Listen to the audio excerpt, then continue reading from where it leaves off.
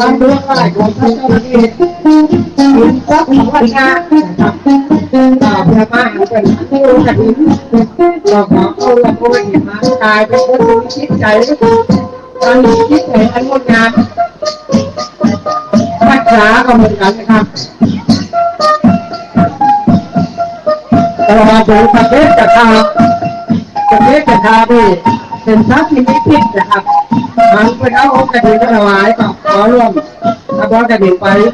กลายเป็นทรัพย์ที่ความมีพิษความมีภัยโดยการรักษาก็จะเอาก็จะเป็นประวัติขององค์กฐินที่ผ่านมามีประวัติมาเก่าแก่มานะครับประวัติของกฐินทุกท่านอาจจะได้ยินข่าวว่าประวัติของการกฐินก็ดีพูดส่วนของคุณท่านบอกผมจะได้โอ้คุณจะได้รับฝากต้องทำให้แล้วแต่วันนี้เราจะเป็นเรา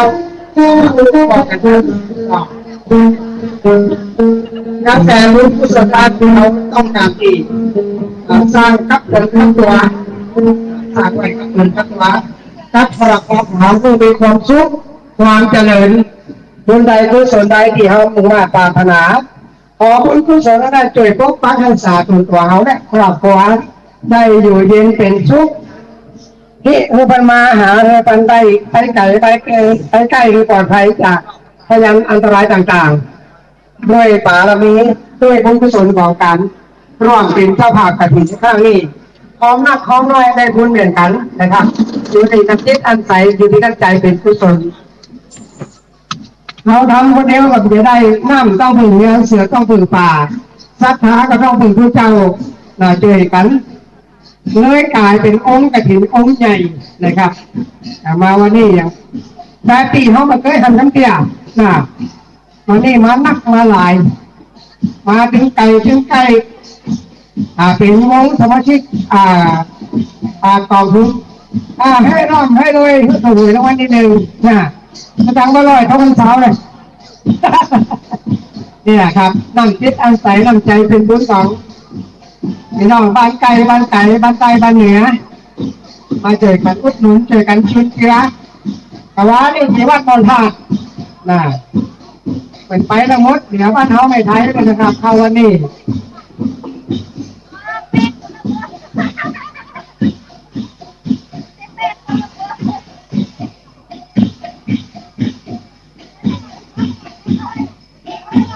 บ้านของพี่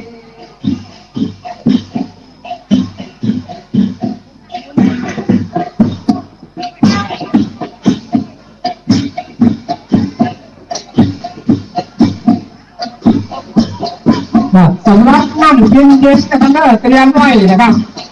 น้ำเย็นเตรียมไว้ต้อนรับครับพี่น้องเขาที่รวมขบวนแห่นะต้องใจแห้งตาแดงตาทอดมานะครับน้ำเย็นบอกกันด้วยน้ำเย็นอยู่ไหนน้ำเย็นอยู่ที่ไหนทางไหนตอนที่เขาแจกองค์กฐินนะครับตอนนี้ตาทอดพระจ่าทหารว่าเราเอาตอนตายแน่นอนใช่เวลามานั่งนะครับเอาตอนที่หนึ่งการแจกเครื่องกฐินเนาะการแจกกฐินน้องตาพ่อนะครับพ่อสมโภชองค์กฐินเมื่อแม่บ้านจากทางพุทธบาลนะครับทางพุทธบาล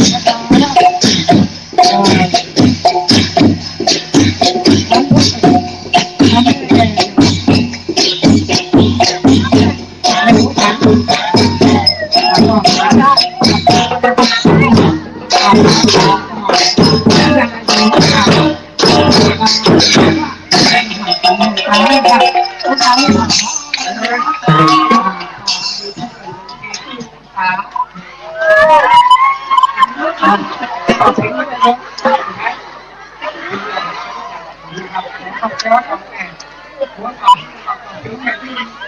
มาโยมบ้านวัด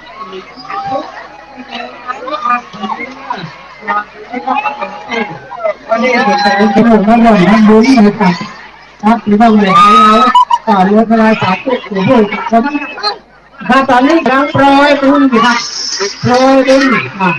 เลี้ยงตาประคองตาเป็นใบล่อใบพันตอนกระลักกระส่วนของบุญ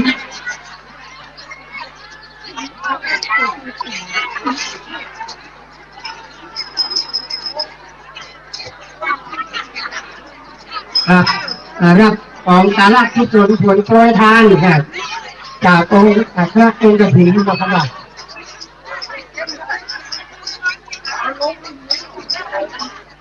ครับใจเย็นๆนะครับใจเย็นๆกันเนิ่นหน่อบุญกุศลใดก็ขอปักปักข้าวสารพี่น้องเราได้อยู่เย็นเป็นสุขเหตุก็ขอให้กันมาหาวัดคือปันเก่าให้เราลงมาคุ้มเท่าคุ้มแก่ความสุขความเจริญกับขอบกับตัวกับตัวกับตัวตัวผู้ทุกคนนะครับ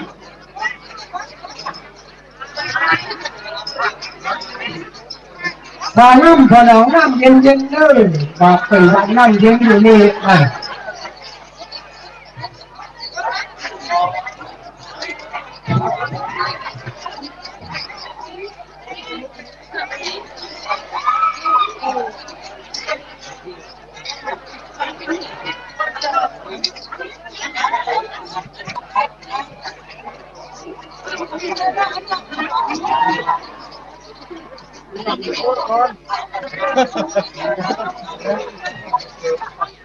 ตอนนี้องค์กฐินนะครับบริวารกฐินต่อทยอยกันขึ้นมาคณะสัทธาวัดพระบาทไทยเป็นได้จัดได้แต่งไว้ครับเอาขึ้นมาเลยครับขึ้นมาเลยนี่เดียว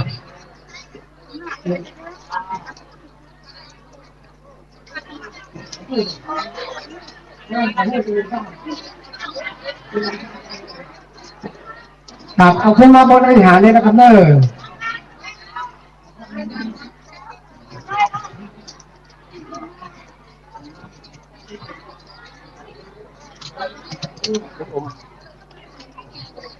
ครับกรรมการนะครับผู้เฒ่าผู้แก่กรรมการว่าเป็นเอาก่อนมาจัดแจงแปลงที่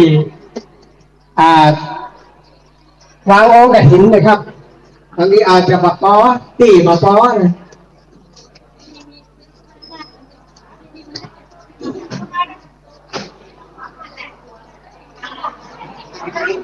ค่อยๆมาเด้อค่อยๆมาเอาไปข้างๆก็ได้นะครับไปข้างๆก่อน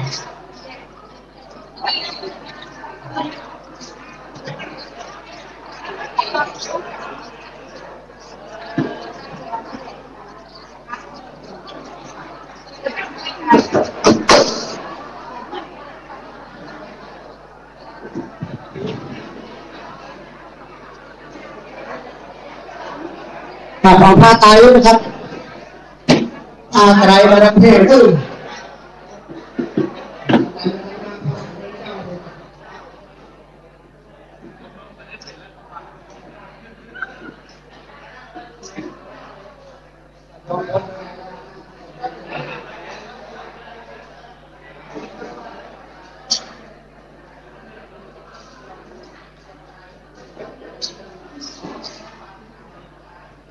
ครับสำหรับไตนะครับเอาประมาณที่หน้าที่คุณบอกนะครับ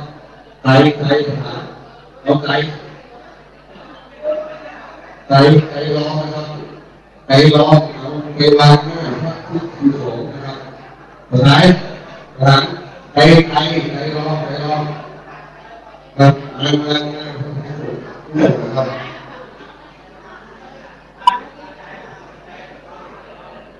ท่านผู้การนะครับอยู่ด้านนอกนะครับ พื่อนกันในเรื่องนะครับเราพบนะครับว่าในโดยครั้งนะครับเพราะว่าวันนี้นะครับถึงคุณนะครับเราหลายนะครับผู้ที่นะครับที่นะครับหลักขึ้นนะครับสีขาวนะครับโดยการนั้นนะครับของพระมหาสุชาตินะครับประธานนะครับเรื่องตั้งวงกระถิ่นนี่นะครับในทางของพระนะครับหลังจากนั้นครับนะครับมันด้วยที่การในคอมพิวเตอร์นะครับนะครับ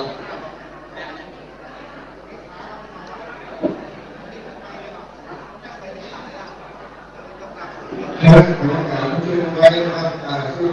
เอาไทยเอาชื่อนะครับนะครับของไทยชาตินะครับที่มาร่วมนะครับพอได้เป็นท่านใดนี้นะครับก็เช็คไว้นะครับตรงนี้ครับงานที่พอแต่ท่านวันหลังเราดูด้วยนะครับทั้งการที่เราช่วยกันนะครับในเรื่องของรับผู้ใหญ่นะครับที่มาร่วมนะครับรู้เลยนะครับเราเร็วเข้าสู่การนะครับ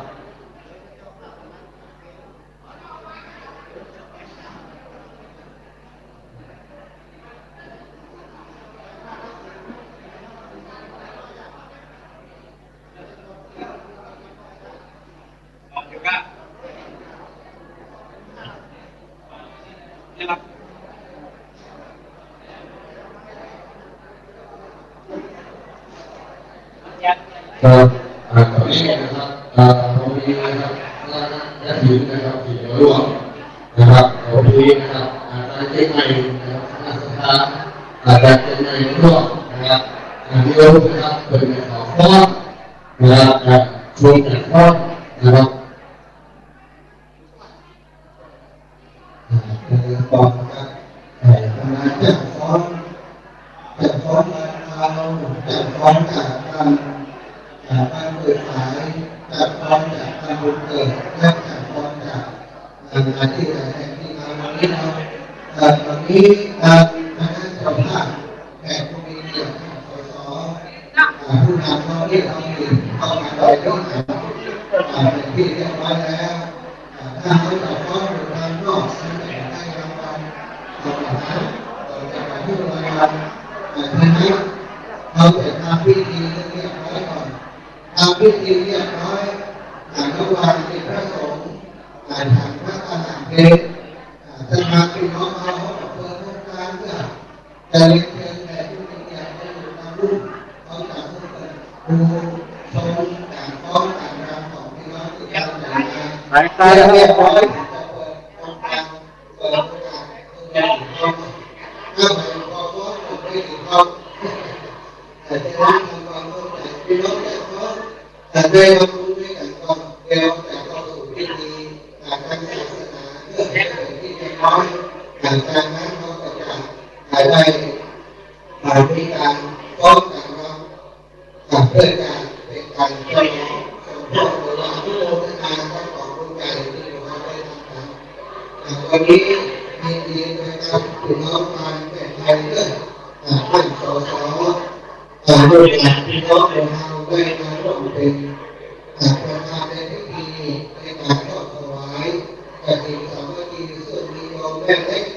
เป็นอย่างเล็กกวลีสุวรรณเป็นประธานกฐินในวันนี้แล้วก็มีหลวงพ่อคุณงานหลวงพ่อคุณงาน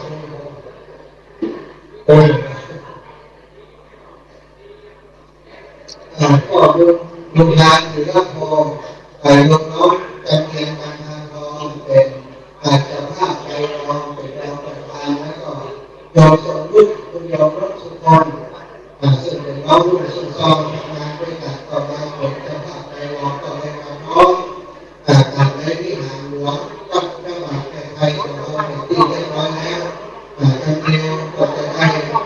เรื่องการฝ่ายพิธีการ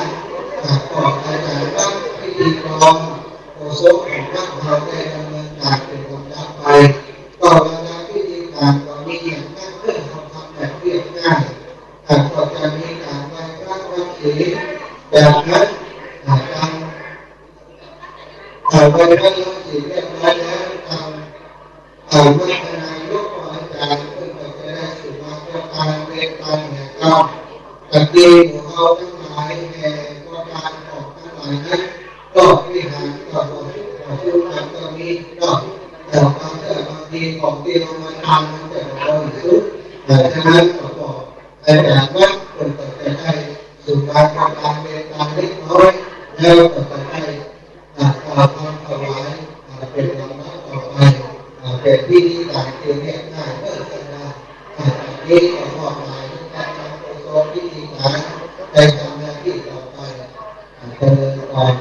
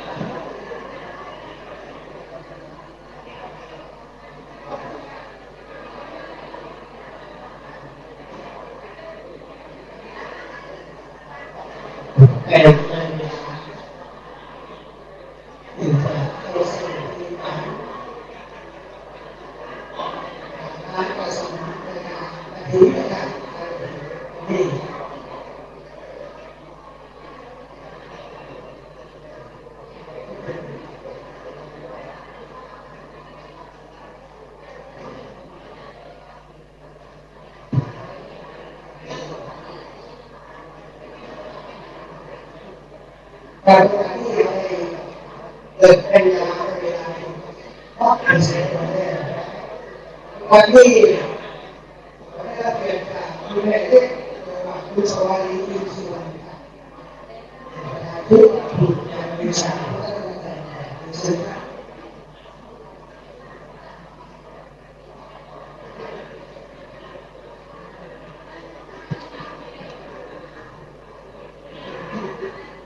มีทางเข้ามาระบบเป็นสถาน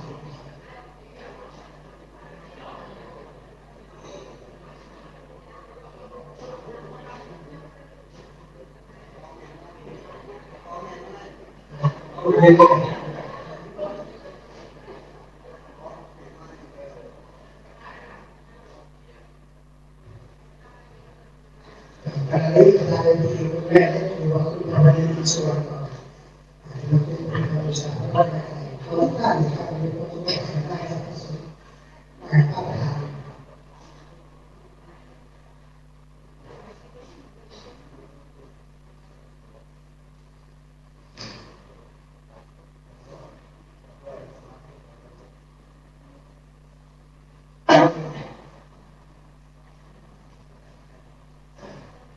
เป็นว่าเรา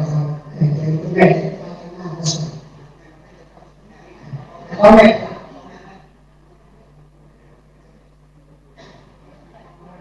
การอะไรมาสอนให้ผู้อื่น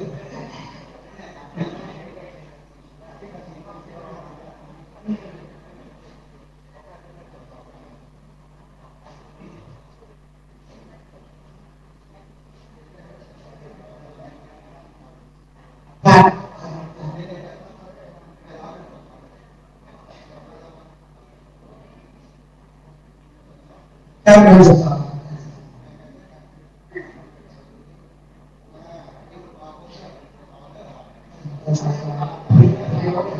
เร็วเชื่อไป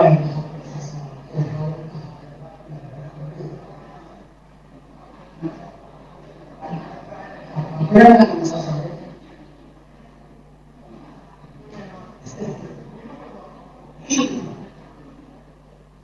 แต่ต้องการการ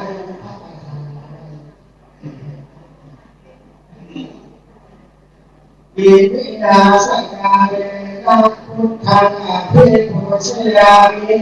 อิมินาสังกาเรนะธัมมังอภิปูชยามิอิมินาสังกาเรนะสังฆังอภิปูชยามิอะระหังสัมมาสัมพุทโธพุทธังรักวันตังทิวาเทสวาคาโตภะคะวะตาธัมโมมังนามัสสามิสุปฏิปันโนภะคะวะโตสาวกสังโฆสังฆังนะมาวันใจการสอนเด้อให้สิ่งที่สาธุมานันทันเตวิสุริสุราคันทัพยามิสาเนอาสังปัญจสิลานิยาจามาตุเตนะพิมันทันเตวิสุริสุราคันทัพไปไหนกันนะไปทำเดินก็ไปนะวิจัยตลอดตั้งแต่เก้าไปคือแก้วนั่นเลยแก้วยี่ตี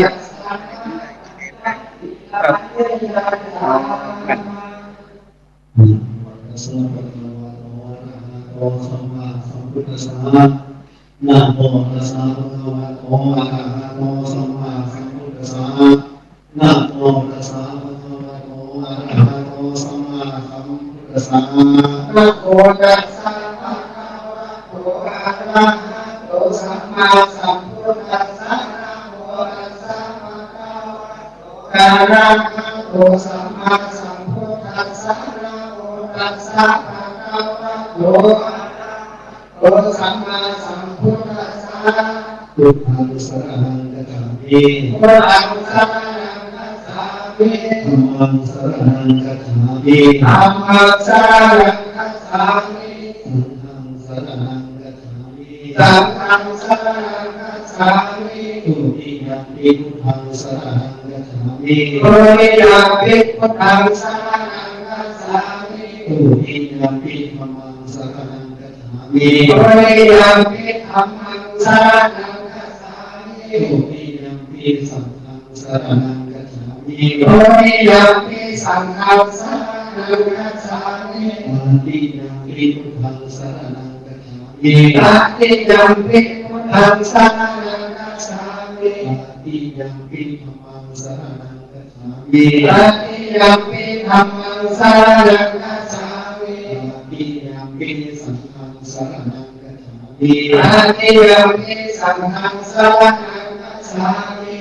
นาติปะทะเวระมณีสิกขาปะทังสมาธิยามิปานาติปะทะเวระมณีสิกขาปะทังสมาธิยามิอธินาทานาเวระมณีสิกขาปะทังสมาธิยามิอธินาทานาเวระมณีสิกขาปะทังสมาธิยามิ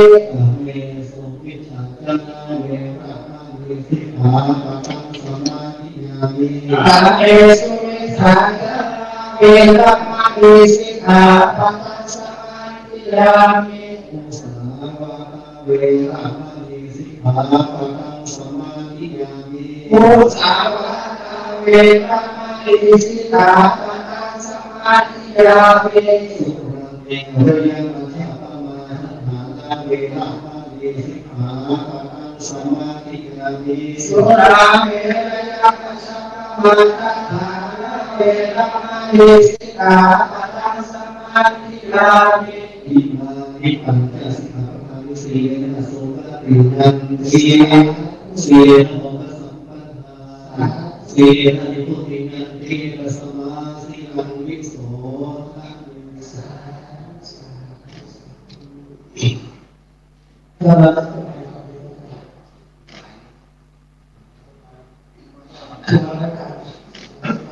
ดูการที่เขา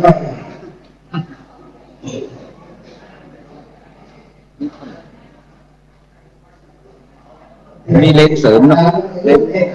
เงาเสริมเลนยาวมามันก็ใกล้กันได้มันได้ต้องดึงไปไกลวันที่ก็มากับอยู่ที่ซูมได้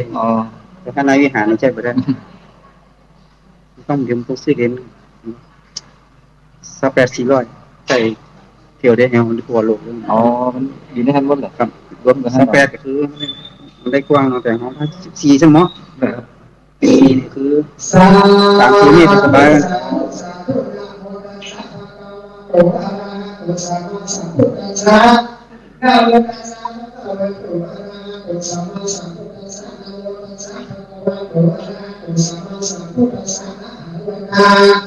มิตรโลสัพพะพุทธังสัพพะพุทธังสัมมาเวทิสัพพุทธังสัพพะเรสัพพะเรนันเป็นการของการ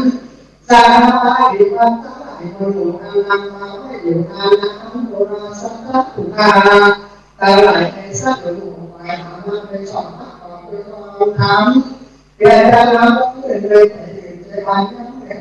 การทำให้เราหมายถึงเราใช้ความหมายทางกายแต่ได้ว่าการให้ผู้ดีผู้ข้าต่อตัวเป็นคำวันนี้แต่ในการทำแทนของการตาเป็นคำที่ทำเราทำลงมาต่อตัวเป็นคำตัวใหญ่ที่ถูกทำใจของการเลยทำการทำของเรา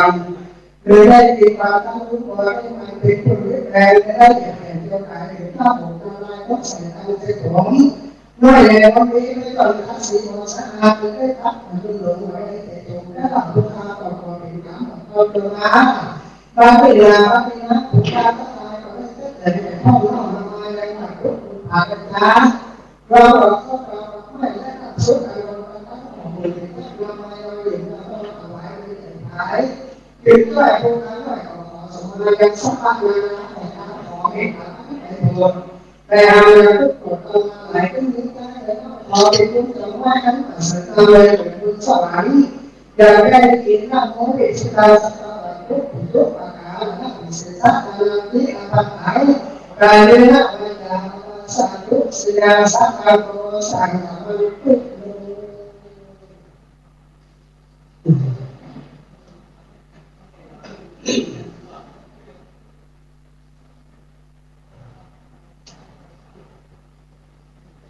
จะได้เป็นทางของให้ดีมากๆจะได้พูดสาธุสาธุสาธุสุนันโตโตพังละพังละปีน้องชนะตั้งหลายตั้งใจวัดหมู่อันปากันเข้ามาสู่อารามเมสิงานต่อชาวไร่พันเจ้าแม่สามประการเลือกได้อย่างไรนะถึงอาประเสริฐของผู้เกิดการมาตาตัวไรแต่มีได้ของเราทั้งสืบมาแต่ก็นักที่นักการว่ายังมีใจคนหนึ่งที่ว่าที่นักการนักเป็นผู้การนักอยากได้ไปขออาศัยของนักเศรษฐีมีเงินว่าเศรษฐีนั่นหาคนน้าว่าคุณนี่นะนักการเขาเงินนี่เราได้กินไปรายวันนั้นของลูกน้อยนำให้เป็นรอยว่าคุณนี่การทำงานทุกข์กับก้อยหน่อยหาของเราปาลาลาแต่ยอดไปยอดเสียดายทำการเกิดมาจากที่ขามีเด็กคนทุกข์ขังอาจารย์บอกเลยว่าดีใจทำให้สุขสายของเธอยอดจากของเรื่องการงานเขาหัวล้านภาษาตามมาของเรื่องหลักเสียงในมาจากคนมาทุกคนผ่าน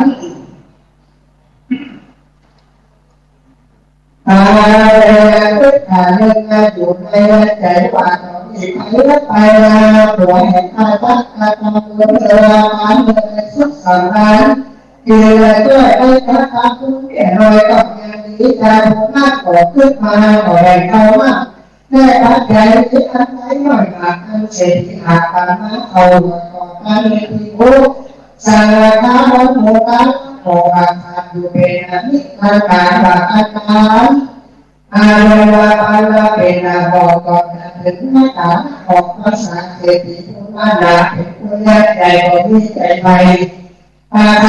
มีใครบ้างนั้นพระอาทิตย์ว่าบาเป็นของคุณอันที่จริงหรือว่าเกิดที่ใครออกปากเกิดวันนั้นว่าเป็นผู้ทำวันไปคอยว่าใครใครทั้งออกถามเมื่อใดพระนักการว่าใจ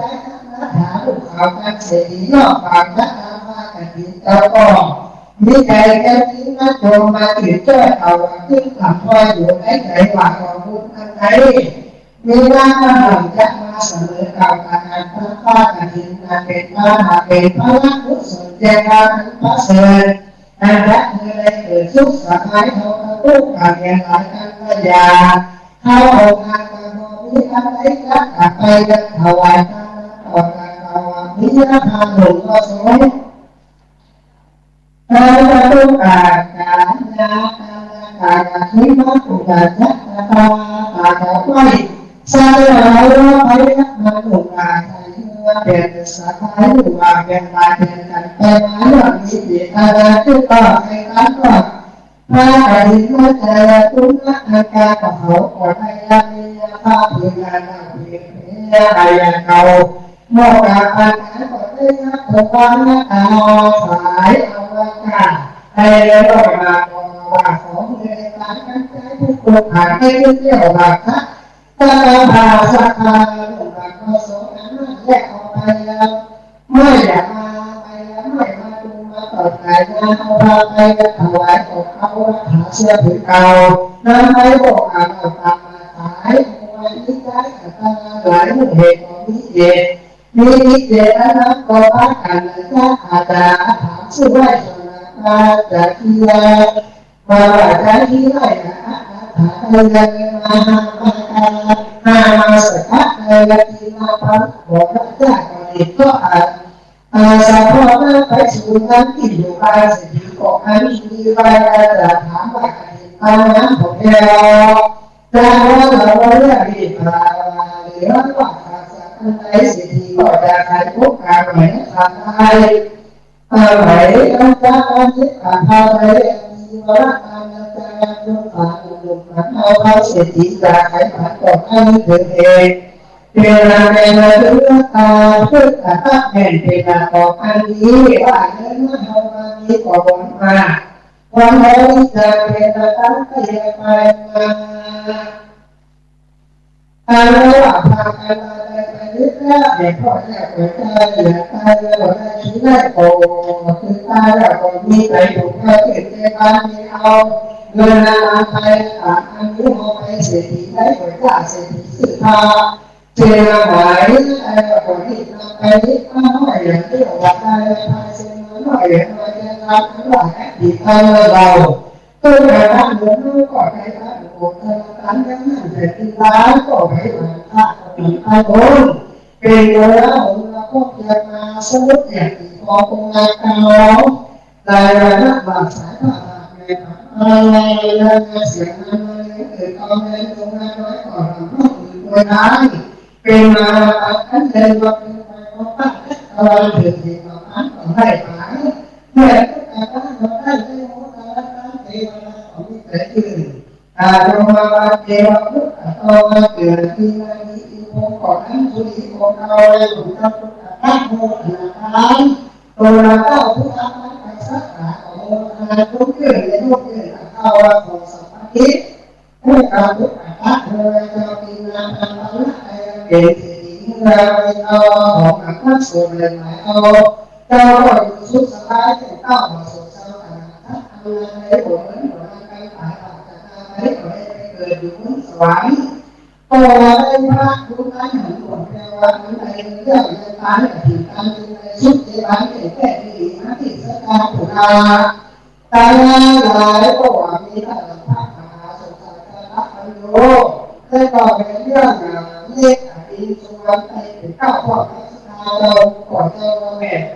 ไทยเกิดมาเนี่ยเราได้ทำให้ไอ้ตรงนี้ที่ใส่ทุกส่วนทั้งเสร็จไก่เราเกิดสตาแดงมาอย่างหินในการพวกการบริหารของหมู่นั้นมาตั้งไว้อยู่ในของเจ้านาสามการเปิดนักธรรมการแต่สุภาพเราอันใดแต่ภาษาที่เล่ามาขาดทุกคนเลยอะไรมากคนที่ถือกาละคนเราขอพระพุทธเจ้าในที่เมตตาที่หาพระองค์ใดปฏิบัติการงานองค์การอะไรนั้นผู้ที่เกิดเป็นประโยชน์แก่ผู้ฆ่าโดยสุขสบายที่ได้จากมาแต่ได้ดีการผู้ฆ่าอะไรเราทำภาษามาดีแล้วไปว่าสาธุอาสาโออาสาอุนิสัพพะโริวาทินาอิวะทุกขาภิพุสังฆสะโอเจยามะสาธุโมเอภิพุสังโฆทิมังสัพพิวาตินะอาทิวาละทุสาอันวานะโอปะเยอาหะอาเดยะวะนะอิมานิทุเสนะอินาคันธะตาราลุอัมมะกันติอาตังหิอานะสุขายะนะวะอิมานะสาวะตุโตโดยความเจตที่จะถวายทานจากผู้เจ้าภาพมาตามจากคนไทยได้ร้องต่อท่านการอาหารจะได้กลับมาต่อเจ้าภาพการจัดถิ่นเนี่ยแล้วก็โยมแม่มาโยมแม่ท่านสอนมาน้องเอกมาหาทุกทีเราพัฒนาอะไรนี่การมาเรียน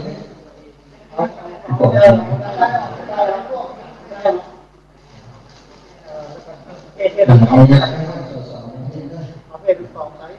ก็บุญญาทีละโกเอ็ดมาต่อบุญญาทีละโกโดนสอนมาให้แก่มาให้เรียกไม่การสอนเรียกให้เองคุยอะไรมาทุกที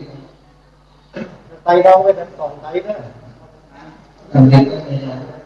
เรียนนั่นเรียนโอกาส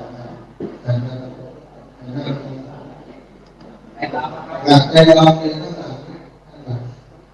ใจลองของกายแล้วก็จิตของกายเป็นสี่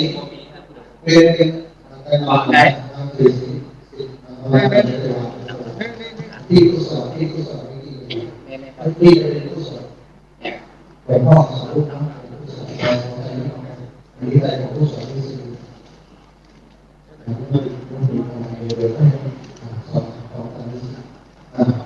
แล้วก็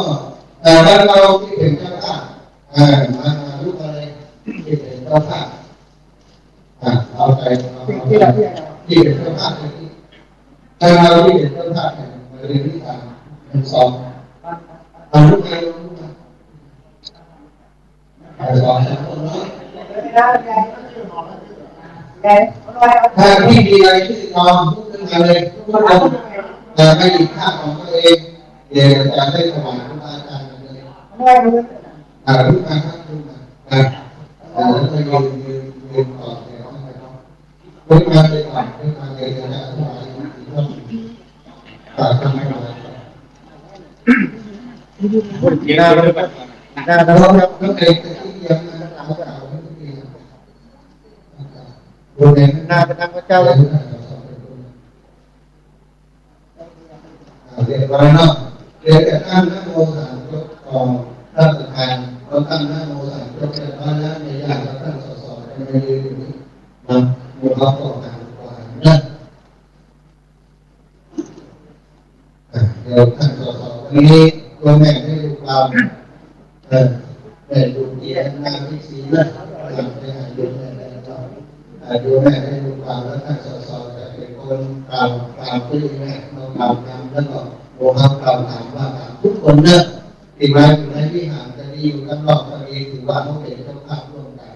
ทุกคนในงานที่ดีที่เจริญงานกันมาร่วมก็เป็นอีกครับโยมแม่เล็กโอริสุวรรณแล้ววันนี้เป็นเกียรติครับแม่เล็ก ยาลิกองยุยและพี่น้องมาจากไทยแต่ราชการของเราท่านสสเอกสารของเราสสทุนและการมีชั้นน้อยซึ่งเป็นผู้ชี้ทุกทางของครอบครัวทุกสิ่งเราของเราเรื่องท่านสสได้กล่าวนำครับ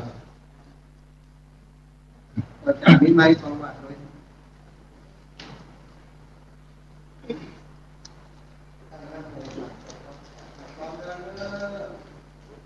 เรานะโมสามจบพร้อมกันนะครับผมนะโมตัสสะภะคะวะโตอะระหะโตสัมมาสัมพุทธัสสะนะโมตัสสะภะคะวะโตอะระหะโตสัมมาสัมพุทธัสสะนะโมตัสสะภะคะวะโตอะระหะโตสัมมาสัมพุทธัสสะ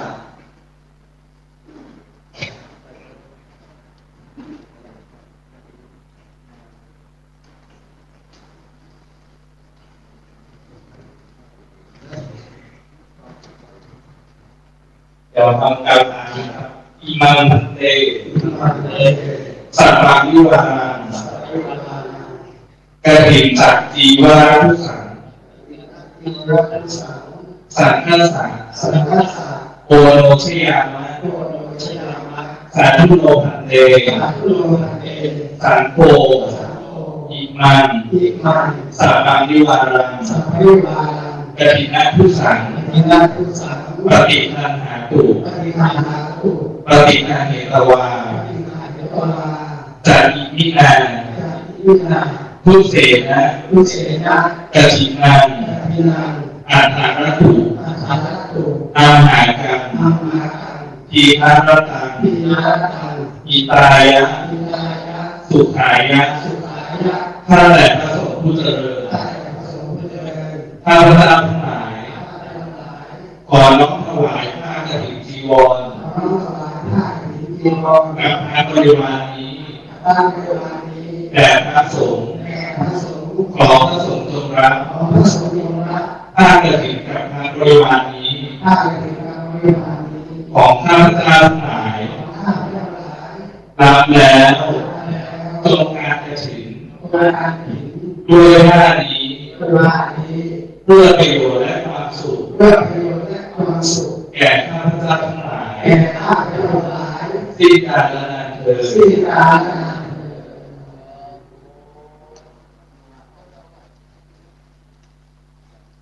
เดี๋ยวส่งเป็นการที่เขาลงผู้ว่าเป็นคนไทยขออันนี้มาวางรูปแรก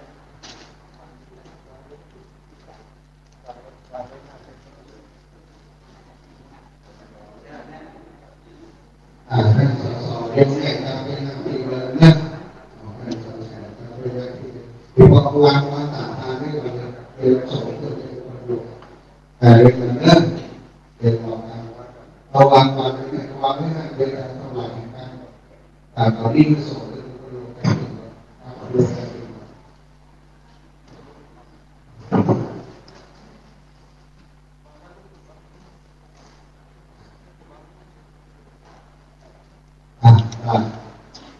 ศรัทธาและโครงการองค์การใจเริ่มพิธีการสำคัญจะเกิดขึ้นแล้วครูบาอาจารย์ท่านประธานทรงได้ทำทางด้านเป็นพระบรมการธรรมพระบรมการอิทรงได้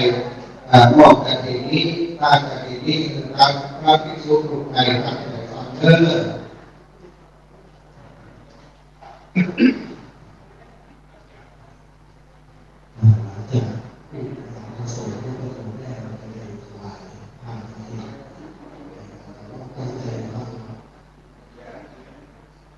พระนิพพาน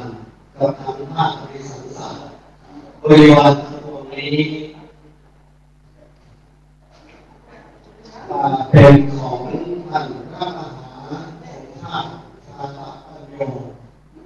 คุณเดชโยมเล็กหรือว่าปาวรี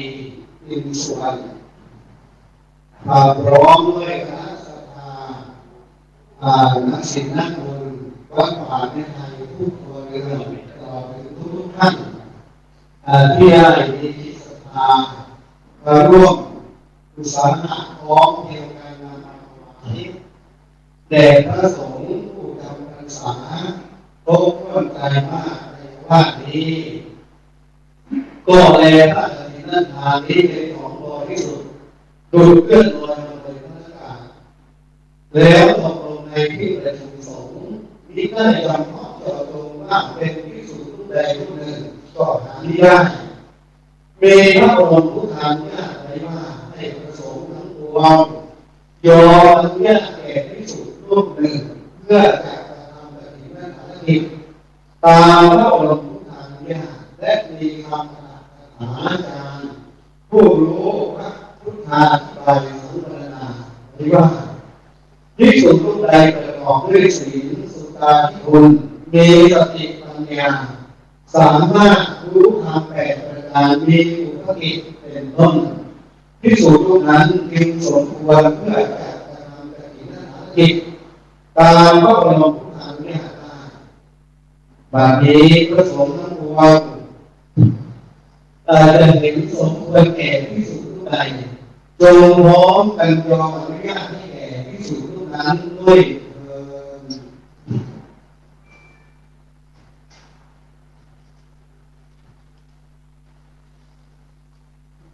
ภาคการศึกษา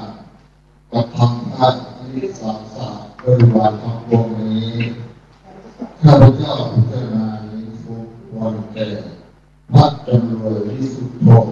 เจ้าอาวาสวัดพระบาทแม่ไทยเป็นผู้มีสติปัญญาสามารถเพื่อกระทำกฐินนั่นประทานและมีให้ถูกต้องตามพระบรมพุทธานุญาตได้ถ้าผู้ใดเห็นไม่สมควรจงทักท้วงขึ้นในท่ามกลางสงฆ์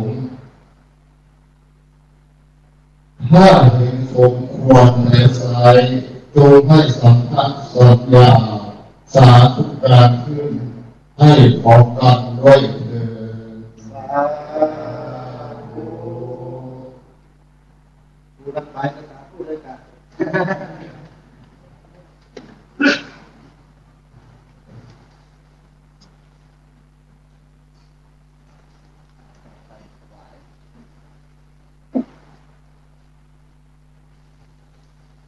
ขอเรียนเป็นพิธีกรก็จะได้ยกชื่อผู้ตรวจเรื่องต่างๆวันนี้ทางสงฆ์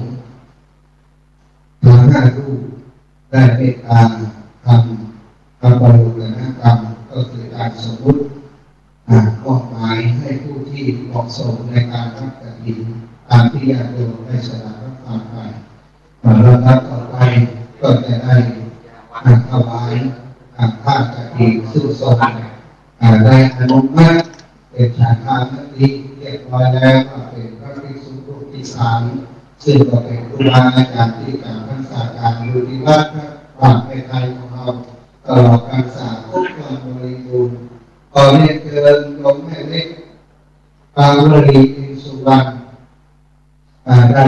เป็นตัวแทนซึ่งเป็นเจ้าภาพเจ้าศรัทธาก็โดยได้ถวายผ้ากฐินพร้อมกับท่านสสลูกตามคือมาโดยมีแม่ท่านสสได้ถูกเราเรื่องการสมัครแฟนก็แฟนคนนั้นได้ถูกเราได้เด็กท่านมาเคยการโยกเลยเอาละก็คุณทาธีระโพก็คุณทาธีระโพคุณสมมุติลูกขึ้นมาก็คุณทาธีระโพลูกที่หนึ่งก็คุณทาธีระโพลูกที่หนึ่งนั่นอันนี้ครูบาอาจารย์เมตตาเป็นพระผู้สวดตัวเองท่านคุณสมมุติลูกที่สองอายุยกถูกต้องตามวินัยต่อไปคนที่เป็นเจ้าภาพถ้าใครถ่ายอยู่นะพระคุณเจ้าลุกมาพระคุณเจ้าลุกมาเลยที่กรรมเมื่อกี้ใจเรื่องตามก่อนเรียนรู้อะไรก่อนเรียนสวายบริวาร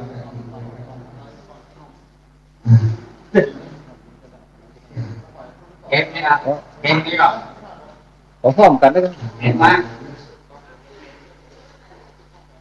เด็กๆไว้ก่อนที่แปลงเดียวมีเจ้าภาพ ถวายเป็นข้าวกล่องของการตัวเรียก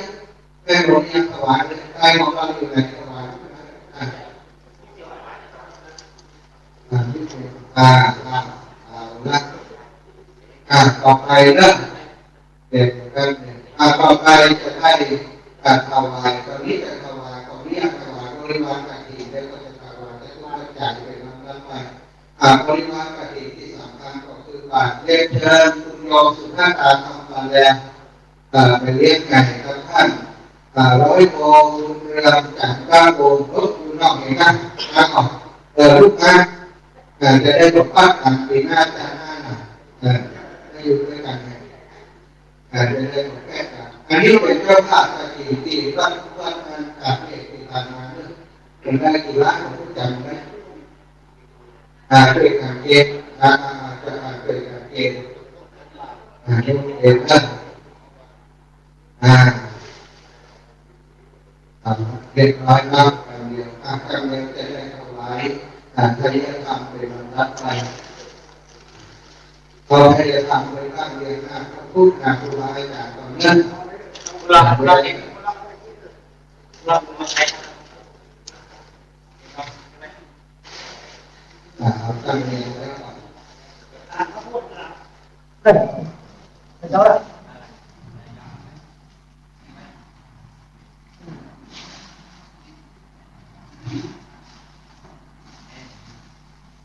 เดี๋ยวท่านให้ยกบริวารกฐินเขาขอได้อยู่ร่วมได้ร่วมได้ร่วมได้เราลงติดคุณเจ้าลูกที่สามลูกที่สามมาแล้วติดกันนะแต่เดี๋ยวนี้แต่ก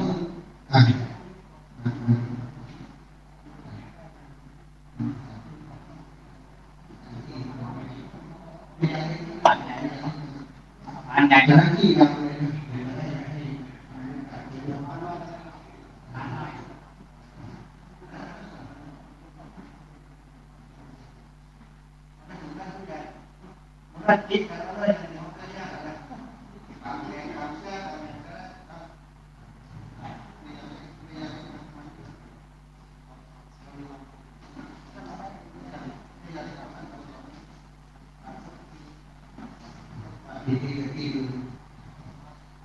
นั่งสามเรื่องผู้ใหญ่สามกันผู้ใหญ่สามเรื่องที่เขาคิดกันเรื่องของต่อกันทุกเติมที่จะตั้งที่อยู่แต่ถ้ามีหวังที่ไหนที่ครับ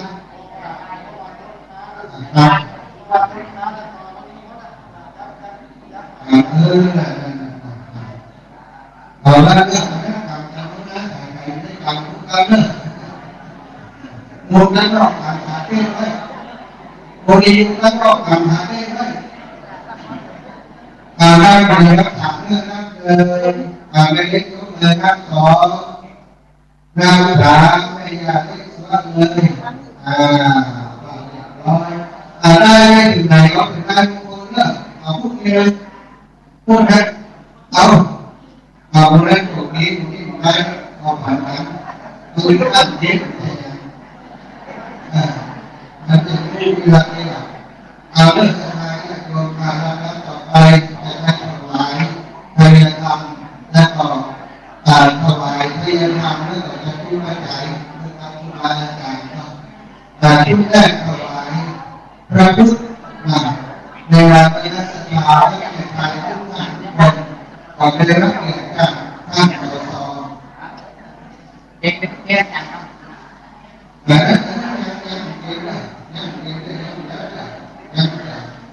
านสสเจ้าทางนี้เยอะหน่อยได้ถวายพระพุทธท่านสสวิเวกไม่พูดเรื่องวางนะทำที่จะมาจะเป็นทัศนะอยู่เรื่องนั้นแต่เขาไม่ได้อยู่ในท่านสสถวายพระพุทธ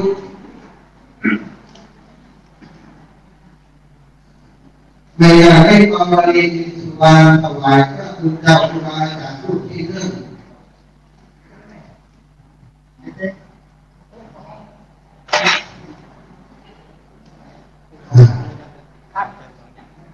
เอาเฉพาะสามก็ ไม่มีหลายคนไหมถวายไปวันสามก็ได้ถวายวัดแต่ต่างๆก็ได้ดูด้วยกันและยกสองรองเลยนะแต่ขอให้เป็นอย่างนี้ต่อไปพวกคุณพาทีละโมได้ขอมานาเป็นเจ้าข้าน้องปีหน้าจะเป็นเจ้าข้าเขาไม่หมดเข้าปีหน้าแสนนึงนะอย่างไว้พวกคุณพาทีละโมลูกที่สองแล้วจะเจอคุณสมลูกคุณรัชโกนอยู่นี่หรออยู่ผู้ไหนเขาพระเอกมาพระเอกมาลูกที่สาม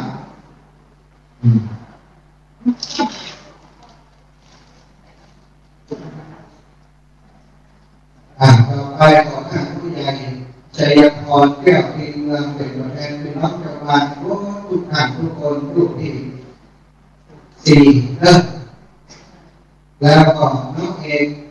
ที่ว่าท่านรักอันนี้ก็เป็นตัวแทนท้องถิ่นไปถวายลูกเอกที่ไหนลึกอีกให้ยังลึกแบบบางการต่อไปพวกอาจารย์พวกอาจารย์ก็ได้รับเกียรติจากโยมแม่ไม่อยู่ในกระดิ่งแม่โยมแม่สองคุณไปในสุดาอยู่กับนะเวลาหน้าข้อมีหนองยาใครจะเป็นเจ้าพ่อจะไม่เป็นเจ้าภาพที่บ้านมาถามเองรุ่นไหนก็ตามมาแต่ไหนไม่ได้ไปสอบคุณปราณีสิทธาเนื่องจะไม่เป็นเจ้าภาพสมาธิวัดหาแมวพี่น้องหาแมวผู้ใดไม่หาผู้ใดอยู่กองพอจะบอกมีคนเรื่องหรอถ้ามียกมือขึ้นจะบอกของตัวเองก่อนนะเป็นใครนอกใครก็ไม่นอกใครบอกให้ต้องเป็นงานเขาทางไหนแยกตัวจริงทางไหนที่เขียนไม่ใช่ทางเราเก่งไม่ร้ายทั้งหลายคนนั้นออกอนุญาตเป็นโยมแม่ที่มาตายอยู่รุ่นน้อยอายุน่าเกลียดคนมากไม่อยากเจอพวกนาบุตรอายุ102 ปีอยู่ในนี้ก็อยู่เจอพวกนาบุตรมาแต่กินก็นาบุตรนะ102 ปีเพื่อเด็กจะมองเพื่อว่าทำไมถึง102 ปีต่อเปลี่ยน102 ปีตั้งบ้านนะหลายปีแล้วให้รวมที่นะต่อเปลี่ยน102 ปีการพิจารณาก็ที่จะ102 ปีหมอก็อาจารย์ก็อาจารย์ไม่ได้เรียนในงาน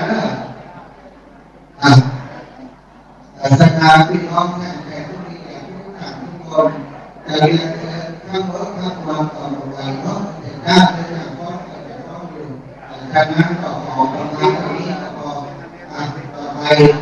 ท่านอาจารย์จะไปโอ้เป็นยังไงอีกเป็นยังไงโอ้ก็คนงานเนี่ยเขาไปเปิดร้านที่ไหน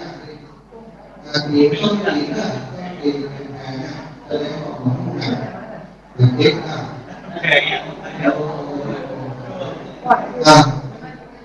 อาการเข้าไปเนาะประเทศจะต้องกระจายเป็นที่เรียบร้อยต่อไปยังกระจายเนาะต่อไปเป็นกระจายเนาะกระจายพระพุทธกระจายพระพุทธได้ตามโยมแม่โบราณสายเขียวพี่น้องวันงานแรงมาอยู่ตามรถมาเลยเนี่ยโบราณสายเขียวมีพระพุทธเป็นกระจายพระ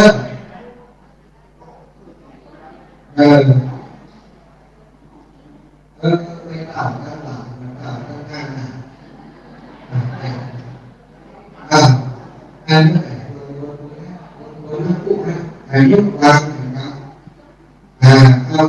ต่อไปก็จ่ายพระบาจากทุกที่ขึ้นเพื่อสักการญาติโยมขอได้รับเกียรติจากโยมแม่สาลีทองสอนในญาติโยมในที่เขามีสาลีทองสอนเจ้าหญิงว่าเรามีสาลีมาทุกที่อยู่นะลูกที่สองแม่ยาสุขคำมาแล้ว ยสุขังมาแล้ว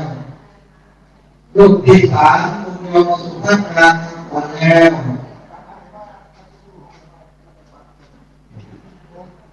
รูปที่สี่ได้หน้าสีวันชมพูในราศีวันอยู่ในนี้ก่อนในราศีวันชมพูอยู่ก่อนสามสี่วันนี้เรื่องสุภาพอาสา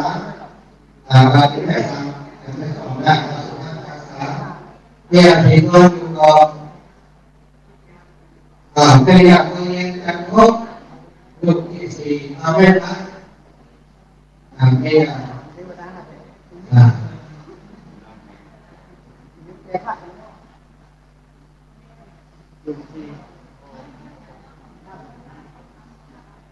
พอจากไหนเขาเสียบเลยเราเสียบรูปที่ห้าเรื่องก่อนเรียนเชิญก่อนเรียนรู้เรียนจากกลุ่มปีนี้มองทางผู้ช่วยนักสสนั่งใกล้คนนี้นะครับท่านที่ท่านคุณพ่อแม่บนเตชะนันคนวันเตชะนันลูกได้แล้วน้องสมจิตมาจากอันนี้มาจากพ่อเป็นความรุ่นเอาลงทางเรื่องน้องสมจิตแต่มองที่พ่อได้มองที่พ่อได้เรียนร้อยเรื่องเรียนก็คือให้เอามีตัวแทนมาด้วยกันแล้วก็กราบที่บนครูบาอาจารย์เพื่อจะได้สำนวนให้ดีนักปัญหาเนาะเพื่อจะได้มีสิ่งมีความเลิศ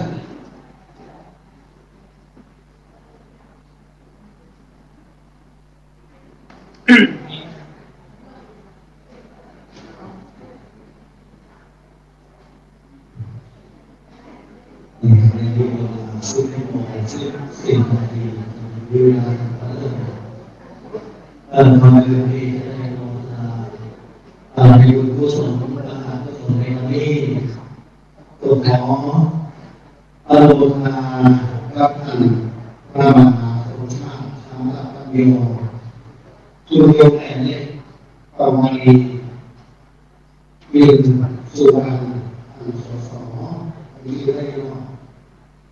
ทางเสือน้อยตลอดถึงนักศิลป์ทุกท่านตลอดถึงสถานะวัดป่าในไทยทองทุกคนท่านผู้นำผู้พิมพ์วาง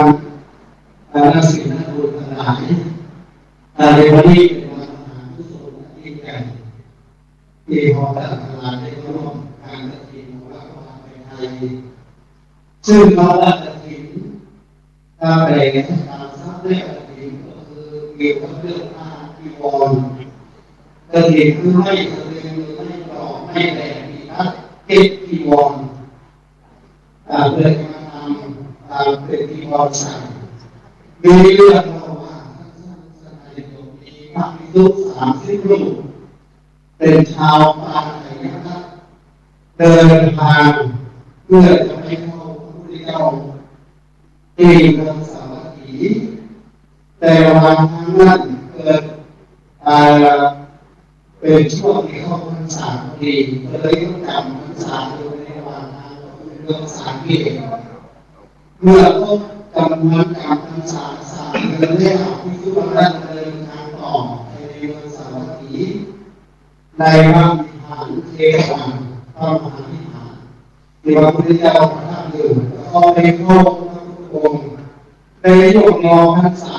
ฟ้าฝนยังมีอยู่สักหน่อยเดียวทางพื้นที่ว่าเกิดฝนเป็นเบิกเป็นคลองพระพุทธเจ้ารักษาภิกษุ30 รูปนั่นเป็นความลำบากทางที่วรเศร้าหมองเลยอนุญาตเพื่อพระภิกษุที่จำพรรษาในมาก3 เดือนนี้สามารถไปรับกฐินได้ในวันออกพรรษาเริ่มตั้งแต่ออกพรรษาเดือนค่ำจนถึงเดือนนี้เป็นเวลา1 เดือนนั้นบุญกฐินที่เป็นบุญที่หาได้ดีที่ทำได้ไม่ออกในครั้งเดียวดีไม่ทั้งสถานในเดิมแรกว่าบางในนี้แต่ในครั้งนี้ครั้งเดียวถึง ทำเป็นปีละท่านและว่าละท่านสถานโยมและนั่นเป็นบุญอันยิ่งใหญ่ที่เราท่านทั้งหลายได้มาร่วมกันในวันนี้การหาว่าการถือเป็นเรื่องของท่านและท่านใจสำคัญและท่านใจสำคัญสถานโยมท่านใจในส่วนนี้ถือว่าจะได้อะไรตรงนี้ทุกท่านทุกบ้านทุกเรื่องถือว่าเป็นเงินนักมาเป็นน้ำใจเงินส่วนที่นอกจากเราได้หวานท่านมีรู้สูงแล้วหวานท่านมีแล้วตั้งแต่ส่วนที่ท่านกรรมการท่านผู้ใหญ่จากเส้นงานได้ก็เราไม่ได้ดูนะว่าพระบาทในไทยของเราเห็นหน้าตาในตอนนี้หน้าตามันก็รู้มันก็ทางไปเป็นทางไหนสถานตัวเป็นทุกบาททุกสตางค์ก็เลยเป็นเงินที่มันโบราณมากด้วยการเสริมสร้างศาสนาพระพุทธศาสนาคือการปลูกเรือนเหมือนกับพระพุทธเจ้าองค์ท่านห้ามันภาษา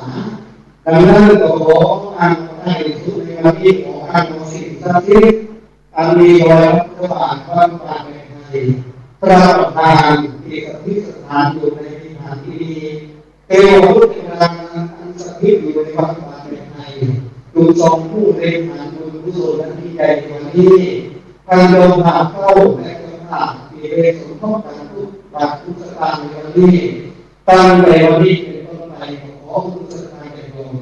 มีความเจริญรุ่งเรืองในชีวิตในการงานไม่ว่าทุกสิ่งอย่างบางอย่างคงสร้างอยู่ก็ขอให้คุณสำเร็จโดยการเดียวกัน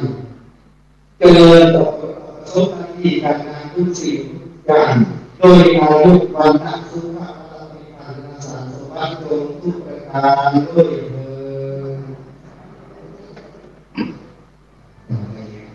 ิดตั้งใจวันกันเมื่อยันหาวันมีวันหาตุลาคาริปุเรนสังฆามีวันเดวันมีโตตินังเตนานุปตะติปินาเยตุนันทิมาเนวสัมเดสัตสัมเอกุลสังฆาจันโทปนังโสหามิโชมิกโสติโยมิวาตันตุสัมภะโวเวนะสัตตุมาภวะตุอะระโยสุขิติกายุโกภวะอภิวาทนาสิริสันนิจังพุทธาอิโนจัตตารโอธรรมังวัฏฏิอายุวันโนสุขังพระรังพระเดชพระอันติสัพพะพระพันโยติกามาสระตาเรนะทินังอาริยสุสุเรสุตาเอตัสสันตัมมาตัสสะวิปุราโหติภาคิยาเยตัสสะนุโมทันติวายาวัจจังกะโรติวันเตนะภาคินาโอนาเตติปุญญาสัพพะทิโนสัพพะเท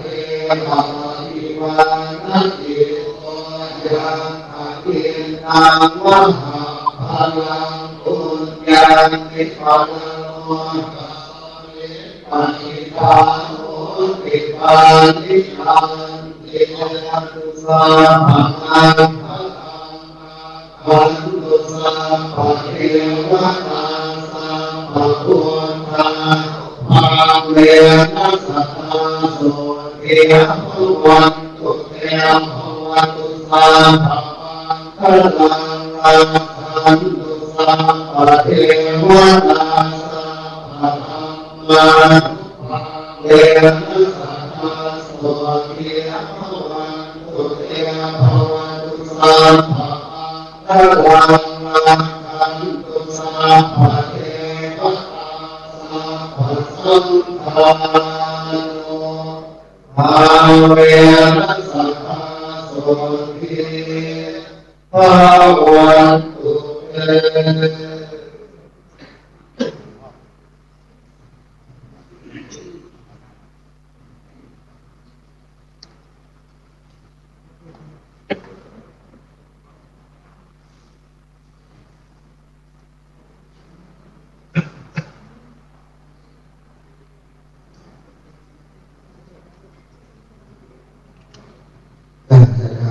ที่จะ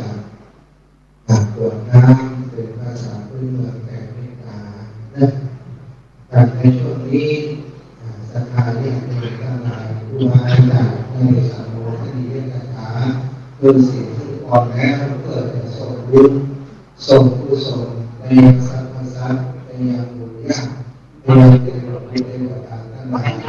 ขอถึงสถานที่คนทั้งหลายนั่งสงบจิตสงบใจแผ่บุญสักครึ่งนาที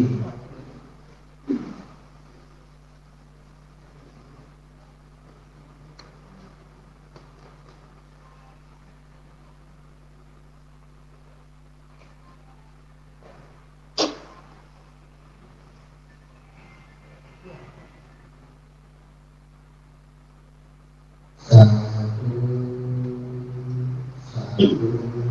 สาธุสถานที่โยมทั้งหลายก็มีแม่ทั้งหลายทุกท่านทุกคนถวายความเคารพต่อครูบาอาจารย์ท่านประธานสงฆ์ครูบาอาจารย์ทุกคนที่เมตตามาสังฆกรรมกฐินในวันนี้5 รูปรวมทั้งท่านสมภารเจ้าอาวาสที่เคารพท่านสสสมาชิกสภาผู้แทนราษฎรเขต3จังหวัดลำปางสสซึ่งเป็นลูกเป็นหลานของพี่น้องบ้านเราสถานที่โยมงานในเรื่องที่ทางสสเป็นคนบ้านธรรมดาเจ้ายศเจ้ายามเจ้ายศเจ้าทรัพย์บอกคุณมานั่งโซฟาที่เกิดเตียงไม่เคยแบบนี้ก็ไปยอมมานั่งโค้งสบายกับพี่น้องชาวบ้านสถานพิจารณาเอามีการมีงานมีสิ่งมีการที่ไหนก็เคยที่ว่าหาท่านสสแล้วก็สสท่านนี้ผู้จัดการท่านแต่ได้เป็นสสบรรลุรักเป็นผู้ช่วยเป็นผู้สมัครได้ก็มาได้ก็นี้ได้มาเป็นสสเป็นตัวแทนที่น้องเขต3เป็นลูกศิษย์ของผู้นี้ของท่านอาจารย์ท่านอาจารย์สาธิตธีรปัญโยท่านอาจารย์ได้สั่งสอนท่านได้เป็นพระมรนะเข้าวัดอยู่เป็นประจำแล้วก็เป็นคนที่มีอุดมการณ์ในเรื่องของการอยากจะหาพี่น้องมีความสุขอยากจะหาพี่น้องในบ้านเกิดในจังหวัดลำปางของเรามีความเท่าเทียมครับนาอะไรเนี่ยตอนนี้แต่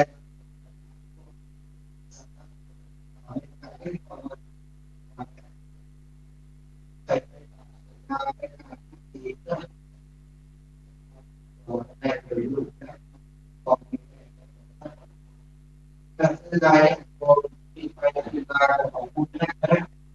เอาจากตรงแม่ที่มาแม่ที่เป็นการดีการงานการสบายประเทศไทยของเราทำให้เป็นการทำอะไรให้มาจากแต่ทีนี้คือข้อสำคัญมีความคิดโดยเฉพาะการทำงานที่ต้องมีการที่แม่พบอะไรอะไรอะไรแต่เราเป็นคนที่ทำอะไรต่างๆเป็นการที่เมื่อการทำงานต่างๆจะมีอะไรฟังต่างๆคนแต่ก็ตั้งแต่ฟังต่างๆแต่คนโตไปเนี่ยในโตไปก่อนก็เป็นต่างๆแต่คนโตเนี่ยเป็นการทำได้ขอให้ความรักของคนทักแม้ของคนตั้งใจไปถึงชีวิต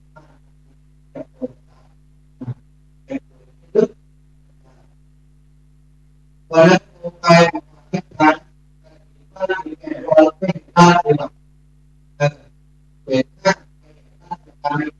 ทุกคนที่เจ้าภาพเป็นเวลาที่ต่อยเป็นความเป็นทุกเรื่องของเรื่องไปเป็นการแต่เรื่องสบายก็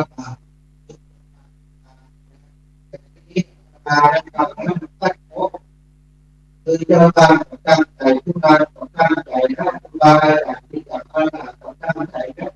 จะเป็นนอนที่มือข้าคนตกลงไปรวมได้ก็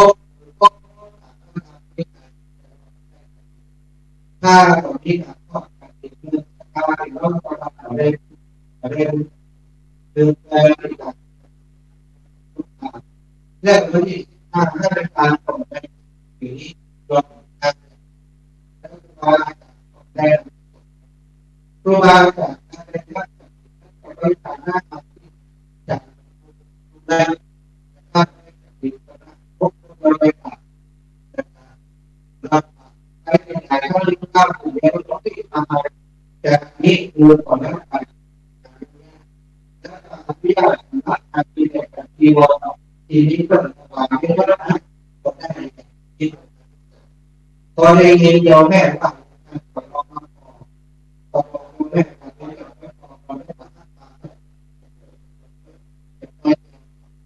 ถ้าเราอยากคิดว่าคุณลงหวังผู้ช่วยผู้ใหญ่บ้านผู้การขอสมความรู้การปลอดภัยเพื่อด้วยความรู้อยากเห็นโอ้การเห็นโอ้การตั้งดูแลต้องเก็บการผู้ใหญ่ที่ต้องผู้ช่วยการปลอดภัยทุกความผู้ช่วยต่อมาถึงว่าว่าที่การทำงานทำโดยที่เป็นการแต่งตัวโดยที่ดูชอบต้องการชอบที่ที่ตัดเต้นการเรื่องการรอเจอปัญหาความยากลำบากในของท่านที่ว่าตัวกับตัวกับแล้วก็ไปทำดูก็ที่ว่าที่ที่ที่สมการเปลี่ยนทุกที่เปลี่ยนมาได้ทำงานของเขาจะว่าของแฟนกันโอ้ไม่ไม่ได้ไม่ได้ก็ตัวนี้ความพยายาม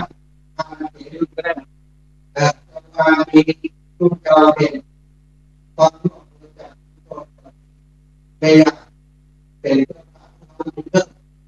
อย่างนี้การทำมีการแก้จำเป็นจากเทคโนโลยีจากถ้ามีได้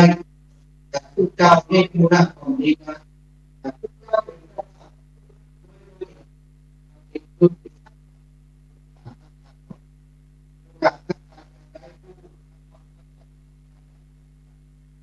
ก็ในการทำงานเราดูก่อนหน้านี้ไปเรื่องความตัวนี้จากที่ว่าของการที่อันนี้คือมาจากอากาศมาจากในฝั่งที่ความไทยแล้วก็เป็นราคาที่โครงการว่าไทยลดเงิน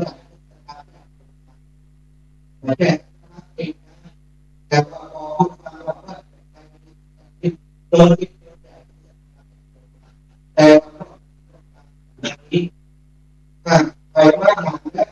ผู้จัดการแจกตอนรับไปว่าหนักและผู้ที่แจกที่มาร่วมมือการครูบาอาจารย์ที่อาจารย์ขอยกมือบอกเรายกมือมาก็ก่อนยกมือมาก็ก่อนต่อลูกมาก็ก่อนมือเลยสัญญาว่าที่ได้แต่มาไม่ทันในระหว่างในหัวที่นี่ใครเป็นการเข้าต่อผู้การเรียนเพื่อความคนเรียนถ้าจ่ายโต๊ะนี้ว่าเจ้าท่านจะเป็นมีสการของอะไร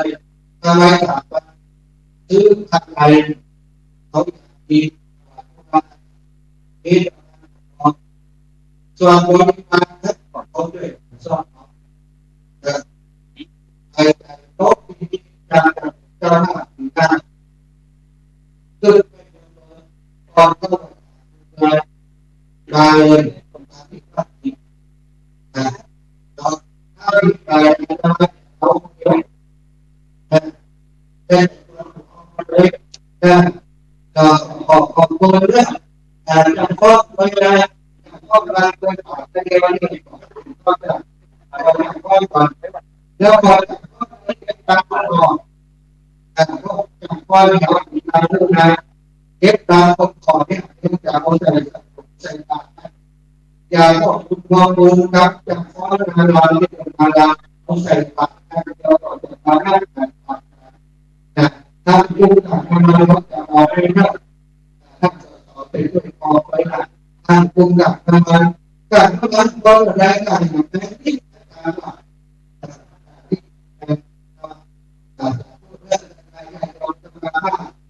จริงๆแล้วตอนนี้นะการทำงานที่ทำ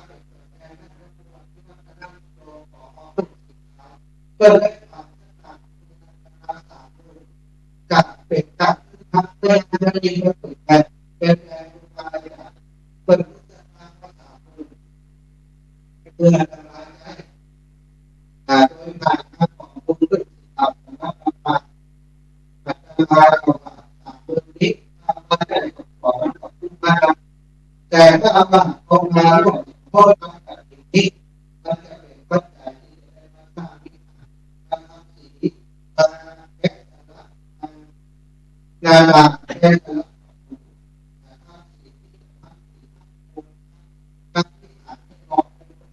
องค์กรทั้งสี่ในใจนะเราไม่ต้องเรียน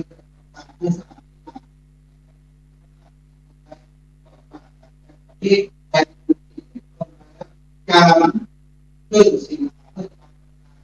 โดยเฉพาะของคุณมาประเดี๋ยวนี้มาปากแต่ว่าได้มากในราคาก็ดีๆการสามนะครับแล้วก็การ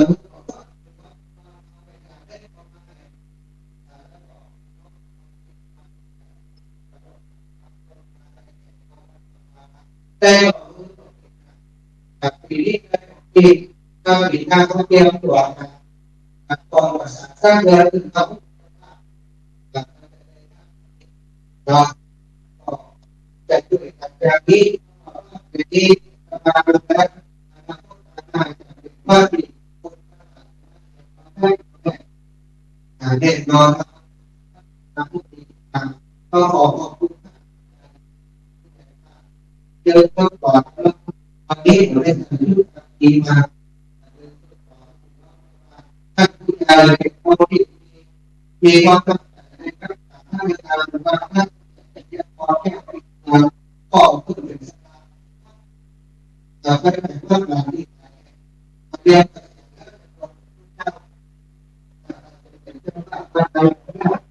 แล้วก็โยมน้องที่มาท่านร่างใหญ่เล็กนายก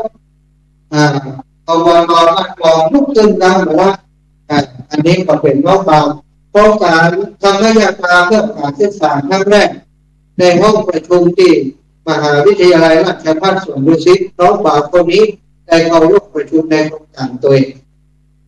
ก็ถือว่าเป็นน้องผู้สุขซองที่ดูแลกันมาตั้งแต่อาตมาเริ่มบวชในครั้งนี้เนาะอันนี้ก็ฝากทุกอย่างไว้กับท่านผู้ใหญ่ผู้นำหมู่บ้านท่านผู้ช่วยที่ปิดทองหลังพระคอยดูแลอยู่ตางนอกผู้ช่วยผู้ใหญ่บ้านคณะกรรมการหมู่บ้านแล้วก็เลขาท่านนายกวันนี้ศรัทธาญาติโยมได้มาร่วมบุญที่นี่ทุกปีได้มาคณะศรัทธามาที่นี่ผู้ซึ่งสบายใจอิ่มบุญนะแขนก็ไม่ค่อยดีแต่ว่าก็พยายามจะเกี่ยวกับแขนความจริงที่มาตายวันที่24ก่อนยอดว่ามันข้างกะทิใน4ตีนะโต๊ะหลังคาเอาหัวพุ่งลงว่าได้สอนมูนะพ่อก็ได้สอนแม่ก็ได้สอนแต่มือมันจ่วยมือมันวายการโยนตีนสองข้างนี่ก็มาสามัคคีกันข้างหนึ่งหยับไว้ข้างหนึ่งไปทางไหนนี่ก็บอกมันมดไม่นั่นนะก็บอกอย่างกำลังพ่มฝาดลงเกิดเหตุตัวเองมาได้แล้วเอาหัวไปลุกตะเบื้องตะบนโดนไป5 เข็มแอนกาซีว่าผู้ซกมันใจโคนว่ามันใจไม่ได้ทำกันเลย5 เข็มตกลงมาตั้งลมความจริงต้องตายมัน4 เมตรก่อน ชะบุญอย่างไรก็ผู้กองเข้าใจว่าจะได้เป็นอย่างชนะเอาแขนนี่ไปต้องเปียกผู้หัวแห่งกำตื้นอนกระดังบนพื้นหัวก็กระเจ็บพยายามกระแทกแต่ว่าเลือดไหลจากแผลที่โดนกระเบื้องตะโกนแล้วแข่งป่าฮักแก้วก็เป็นอย่างทราบอย่างอันนี้บอกว่าจะบอกอย่างไรคือเรื่องของคนลูกทุกนั้นเพิ่นคุณที่เขาได้ช่วยเหลือเจ้าบ้านช่วยเหลือเจ้าบ้านปีได้เป็นผู้นำตัดสิน8 ปีสำหรับปีนี้ปีก่อนมาเจ้าภาพภาวนาทุก8 ปีก่อนนะเนี่ยแล้วช่วยครูบาอาจารย์นักว่าอันนี้ก็มาช่วยอุ้มโป๊ะเอาไว้อุ้มห่อเอาไว้จากนั้นอาตมาก็ขอเอาบุญติดอุ้มห่ออาตมาไว้เตียอาตมาได้ทุกอย่างทุกประการนี้มาแบ่งมาผ่านศรัทธาแบ่งทุกท่านทุกคนอาตมาได้บุญต่อไปก่อนศรัทธาได้บุญต่อท่านมีอะไรเกิดขึ้นในชีวิตของท่านทั้งหลายก็ขอบุญทั้งหลายเตียอาตมาได้ทำที่ปล่อยแผ่ได้สั่งสมบุญมาอุ้มห่อโป๊ะปาทักษะท่านเหมือนกับที่อาตมาได้รับการนิสงส์ของการทำบุญในครั้งนี้กับไปบ้านอย่างน้อยก็2 ตัวให้ได้อย่างนักก่อนละวันที่1ในหลายคนนั่นผ่านการคนใบไปก็ขอให้ทุกท่านอยู่ดีมีสุขอายุมั่นขวัญยืนได้อยู่กับโจศาสนาของพระสัมมาสัมพุทธเจ้าไปเสียเจริญทุกภพทุกชาติไปจัตตารโอธรรมาวัฏติอายุวันโนสุขังภะลังก่อนในการเดียวเข้าวัดสาธุตัดมันจะไปใกล้จะลาพระสุนทรรักษาสาธุอาจารย์มันเตะอาจารย์กรรมายะนักเลงนำด้วยอาจารย์เลเยว่ายังพุทธธรรมสังฆสังฆจุติสุอาการเนตัติตาอัตวาปัญจุเดียวาวิวาทาธิวาหูวากเยนะวาจังรัสสาวาปะทะวาอาสาวาตาติวาทิวากัญญาอัตมังปฏิกาโลมะเตสัมโนพันเตยะปุระนาติลาตัมนะจักขานาปัจจะอัจฉริยะจะโยปฏิการหิตุสัพพังตุสายมันตุเทวิอิมังตานะธรรมังนิปานะปัจจโยโกโนนิกายังขิทิโกสัตตังกัตตะปังธรรมาสัพเพหินาเปนะปุญญโมโนโมตัสสะนันตุโกโตสามิฆาเลอะติกาถาริกาโลกาตาหุตุสัพพะสัตตานังสุขีปัจเจตันตุปิตาโลสุขิตาหุนตุโลกาปะมุญจันตุสัพเพญาตากาลุขิตาโลกาปะมุญจันตุสัพเพญาตากาสุขิตาหุนตุโลกาปะมุญจันตุสัพเพติสาสัพเพเตตาสุขิตาหุนตุโลกาปะมุญจันตุสัพเพนาคาสุขิตาจัตตุสัพเพเทวาสุขิตาหุนตุโลกาปะมุญจันตุสัพเพอาจาริโยปัสสะขิตาหุนตุโลกาปะมุญจันตุสัพพะสัมปะกินังสัพเพ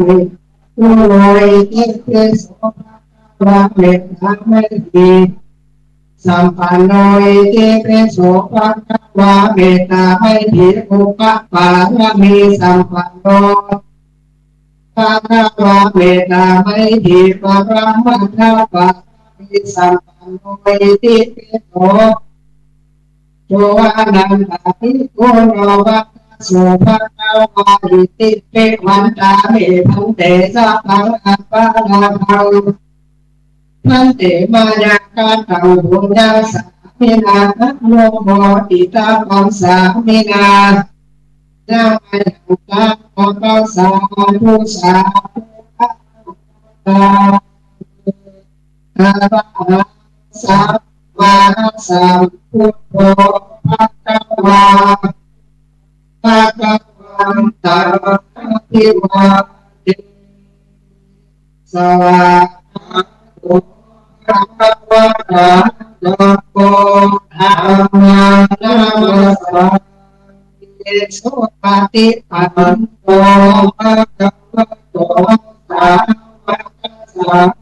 โฆสังฆังปิโยโยสุขีติกายโกภวะอภิวาทสีจริตวิปัสสนาติกายปัญสุขังมากก่อนจะลาสงฆ์เนี่ยอันพอดีตะกี้ลืมวันโฆษณาอย่างวัน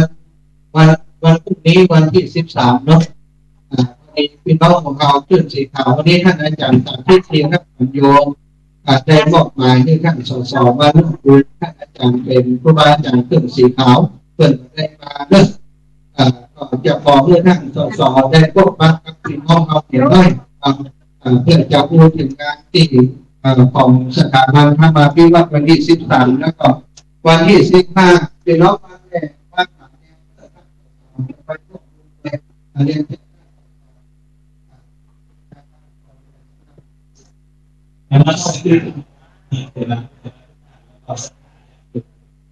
ผู้อ่านแต่ตอนนี้เป็นการนี้ที่ได้มาร่วมกับพ่อแม่พี่น้องของผมอันนี้โดยการพูดข่าว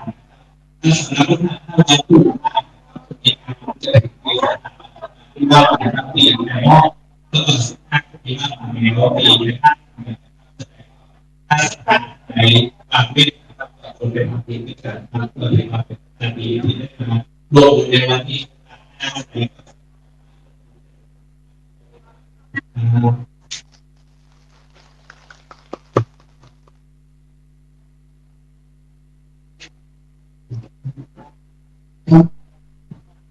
ครับ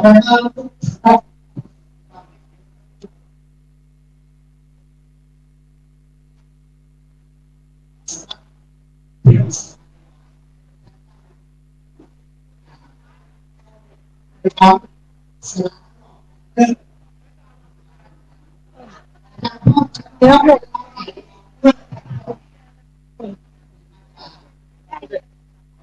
บัตร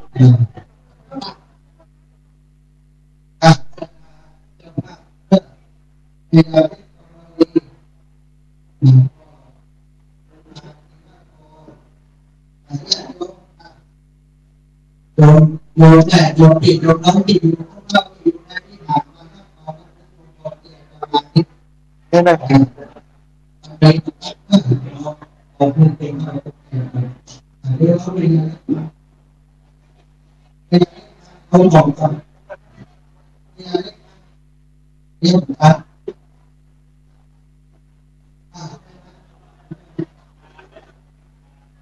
เป็นคนละไง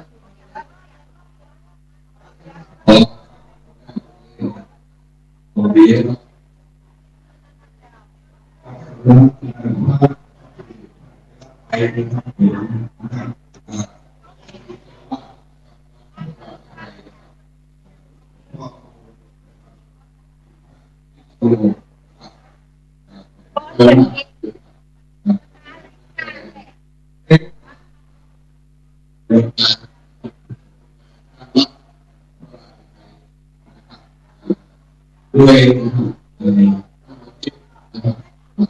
ที่หาคือสามก็คือคนแรก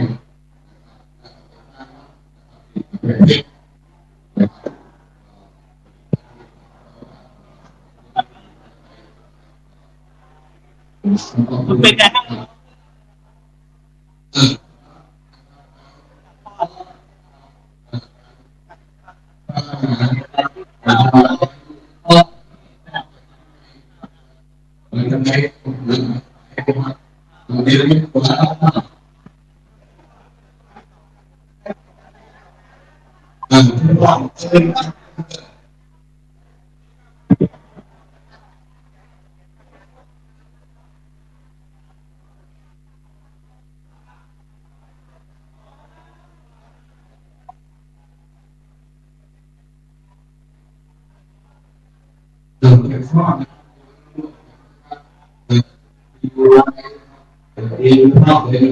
พบกันนะคะ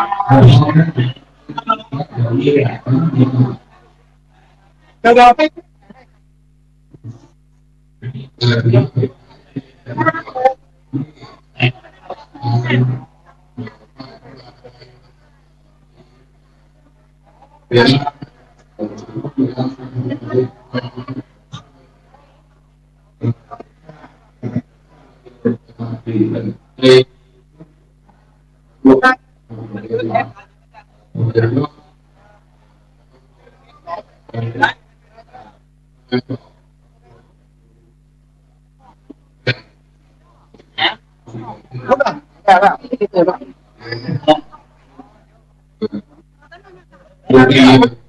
แม่ไปเจอเอาเดี๋ยวขอเดี๋ยวก่อนอ๋อเอา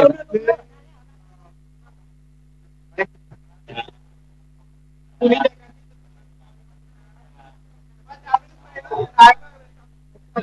ียงไปท่านเลขาอนุญาตเด็ก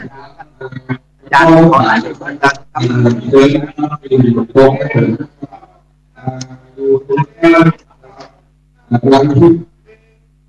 ้งใจนะครับถึงทุกท่าน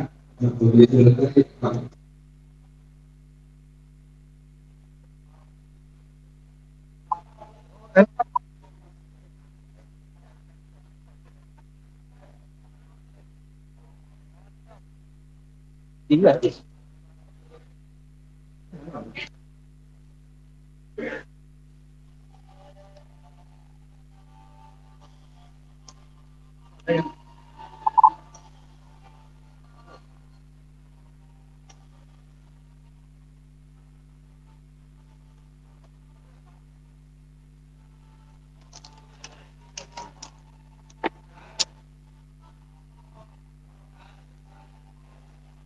ึงได้พระอาจารย์มาไว้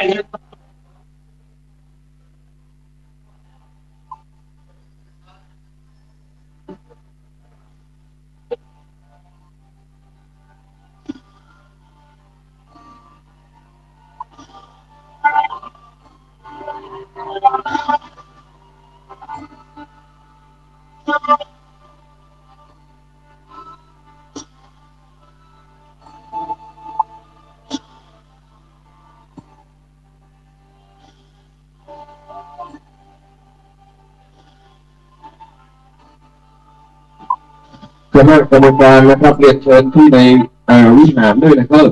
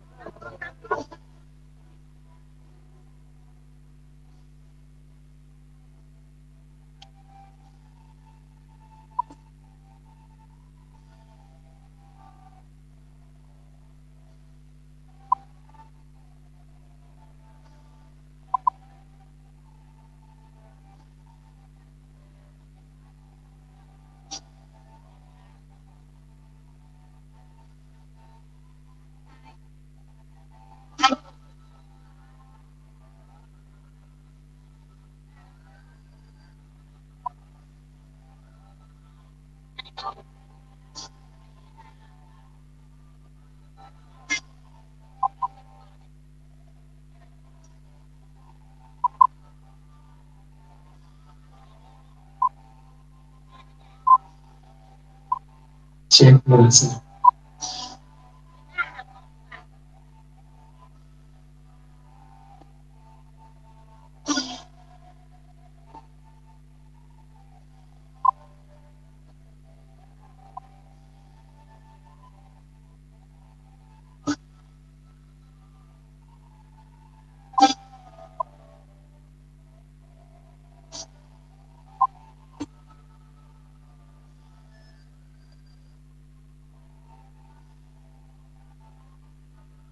ไปลูก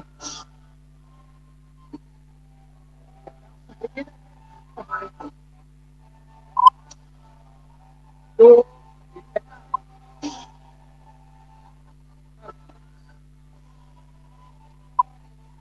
นับเป็นจะตีแล้วเป็นกินได้แล้วนี่มันไม่ได้เดี๋ยวผมจะต้องไปวัดผมจะเข้าวัดก่อนเดี๋ยวเอามาขอหน่อยเขาเนอะลุงเข้ามาแล้วยังเดี๋ยวนี้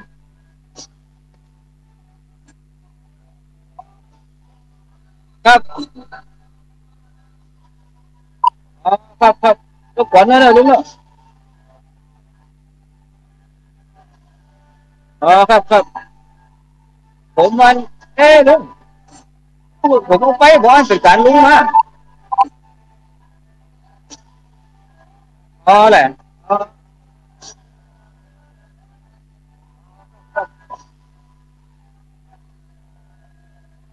ครับดีครับผมทำเป็นนี้บอกไม่จะได้หมด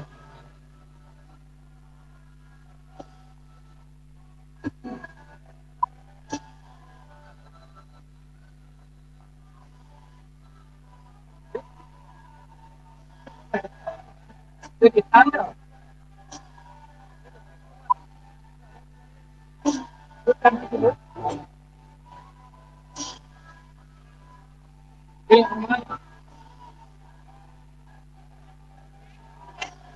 เคเลย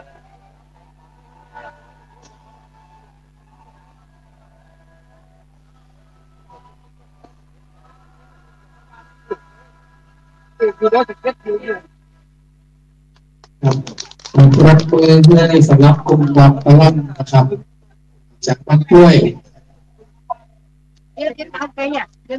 ครับ to thèm phím nào chị à ครับ thèm phím vô ที่มีสา mà ร tao chọc นะครับ to không ăn thành đô này là chọc này ครับเดี๋ยวนะครับเนอะเดี๋ยวผมถ่ายทอด à.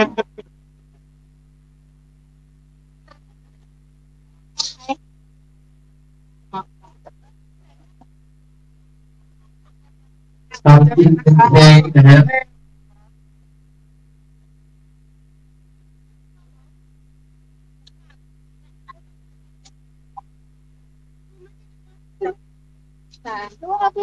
ครับมีแดงนะครับสำหรับคุณสำหรับแต่กล้วยนะครับรองแล้วชิคกี้พายเกิด À.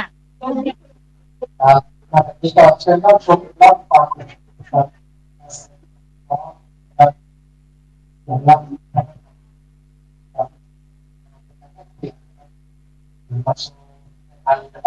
ับสเปรย์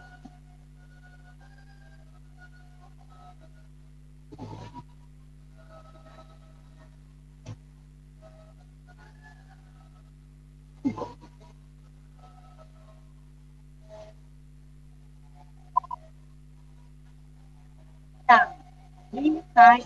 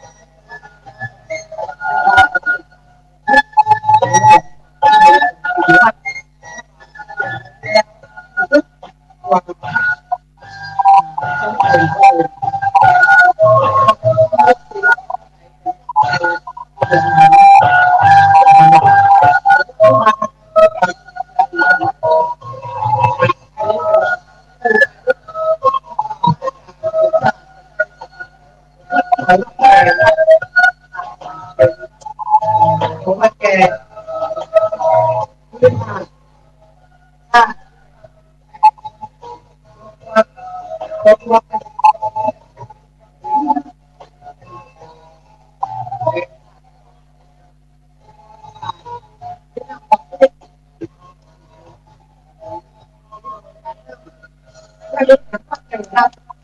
ต้นจำมาใช้เชื้อพระอาจารย์ สูงไปนะครับอาจจะถูกเราก็รับนะครับพักด้วยการพักก็จะใช้นะครับใหญ่ไทยดูแสงลงฟองก็เล็กน้อยนะครับสำหรับคนต่อไปนะครับที่สุดยอด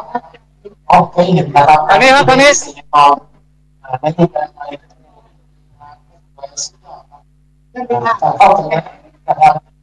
ครับครับครับเบอร์ของกับสมาคมนะครับเราไว้ส่งไปหลายประเทศนะครับเดี๋ยวยื่นมาคุยกันถ้าคุณจะฟ้องเกิดสองเกิดนะครับเมืองนะครับขอบคุณท่านที่ใหญ่นะเข้ากลุ่มต่อไปจะเป็นการแสดงของทุกชนในเมืองนะครับมาประสานกันนะครับ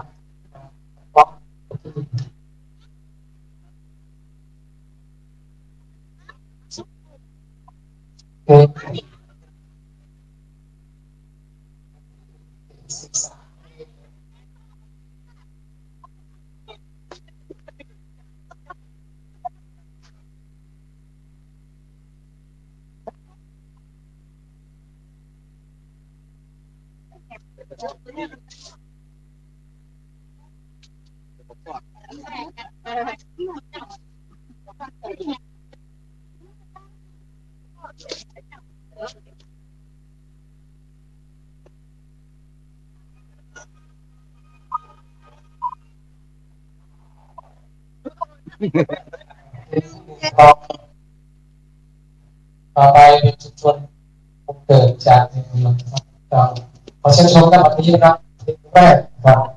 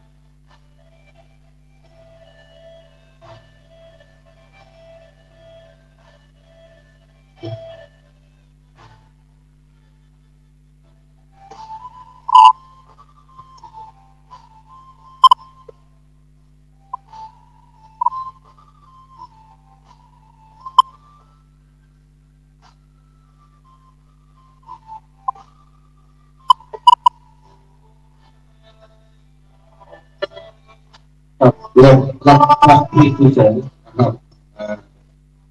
ได้รับความรู้สึกมานะครับความรู้สึกของคนแล้ว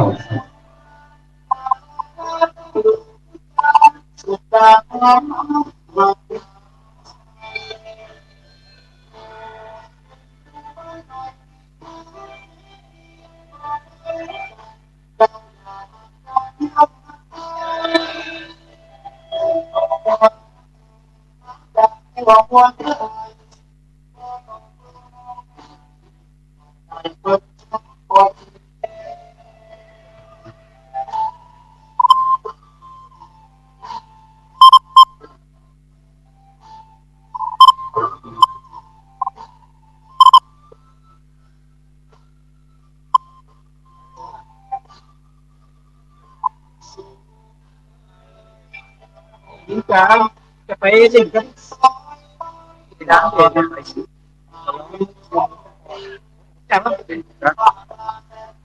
แต่งเขาไปหาเนี่ย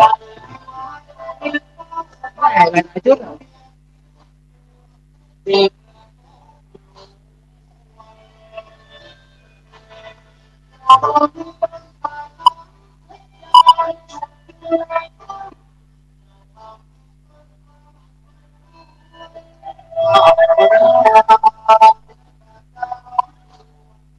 ใจ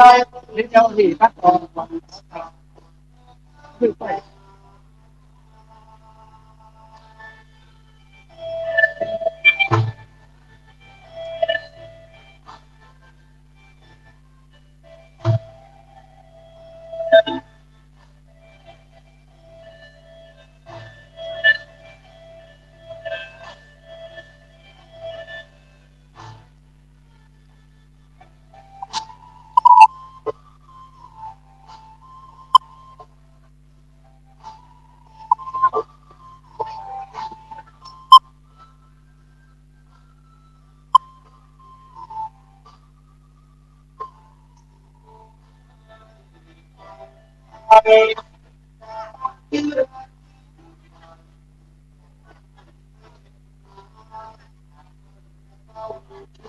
ไอ้ยังเดือด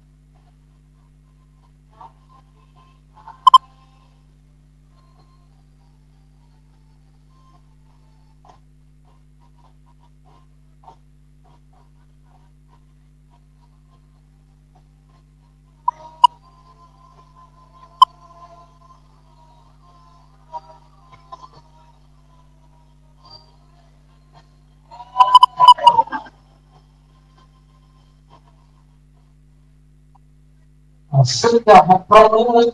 dengan oh apa yang kita sih kita jadi partner oh kita dulu kita yang siap kalau ini nah apa lagi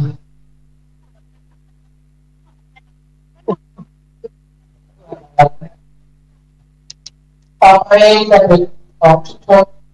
kan các bạn hãy phương án về tiền nọ nên là cái đây và cái là cái sáu thì gia đình trong cái bắt đi sáu đi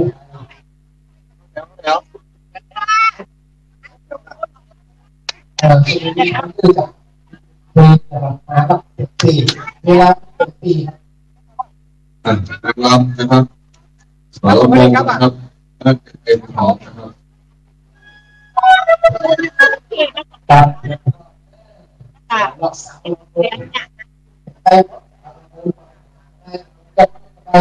จับข้อ ผมให้ท่านแต่นี่เล่นนะครับไปเล่นงานปิดไปช่วยกันดูนะ ครับ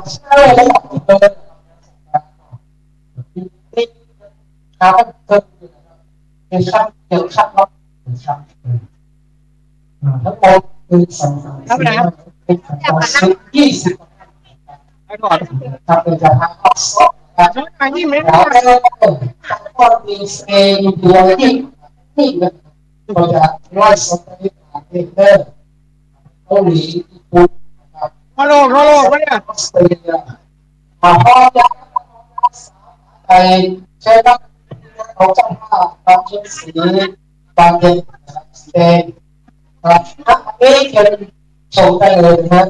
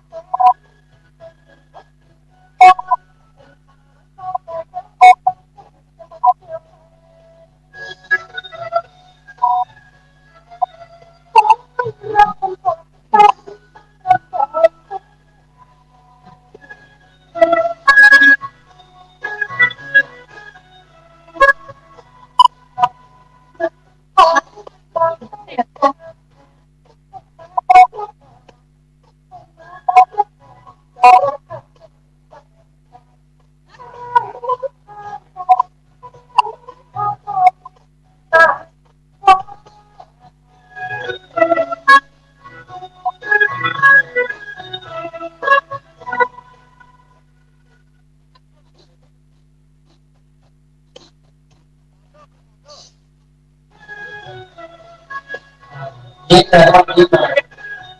ก็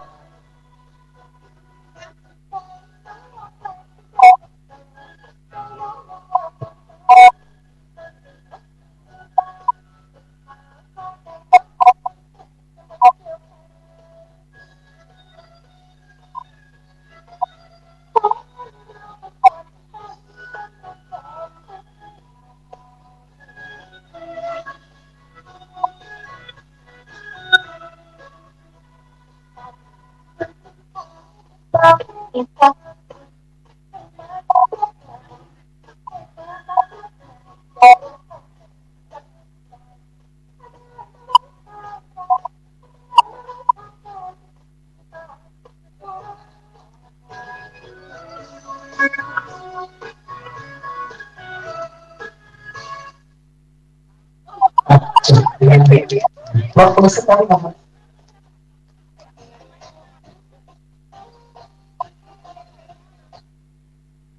Oh, jadi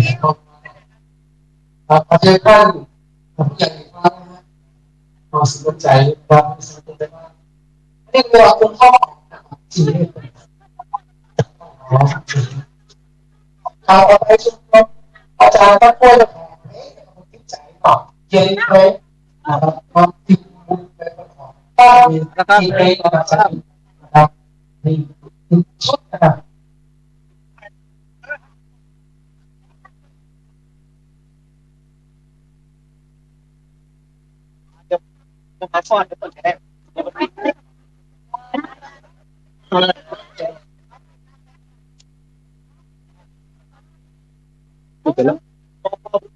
ครับก็ต้องขอขอบคุณนะครับถึงทุกท่าน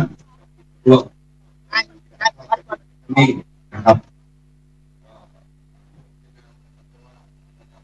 ขอบคุณตัวแทนทุกคนสามารถที่จะไปท่านประโยชน์ดีนะครับจะต้องจากโดยคนอุปกรณ์ยืนทั้งเข้าไปไปหมอที่ก็ไม่นะครับ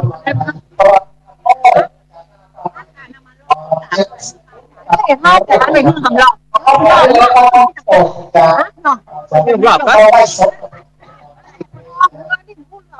จานที่คำหลอกเอาครับเนี่ย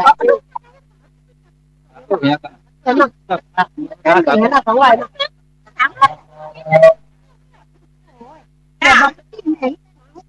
บล็อกเนอร์คือเห็นบล็อกเนอร์จ้าทำแล้วซึ่งทรงแต่ว่าต้องหลังบนบ้องจะต้องจาก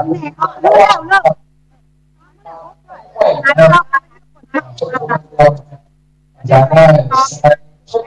ต่อไปฟังว่าจะแปะเท่ากันพื้นหันตัวนี้แปะเองแล้วต่างไปนี่ก็หายใจจะใช้ของนี้อ๋อเพื่อแค่ผมอยากไปได้ขนาดนั้นหน่อยแค่มาเปิดยังไงความรู้สำคัญเลยนะที่ไหนฝากไปบ้านแม่ไทยแล้วก็ฝากไปอยู่ไปหาจากที่ไปเจอก็ไปกันไม่ได้ไปเจอคนไทยอ่ะแม่หาแมวหาแมวไปเที่ยงไกลจะเยอะเลยก็คนเดียวแม่ที่เขาด้วยแม่เขาก็อย่างนั้นเลยนะตอนแรกครั้งนี้ตอนแรกการย้อนเข้าไปของฉันละตอนนี้ไม่ใช่ทำงานเป็นเกลือมันจะนอกจากเกลือนะไป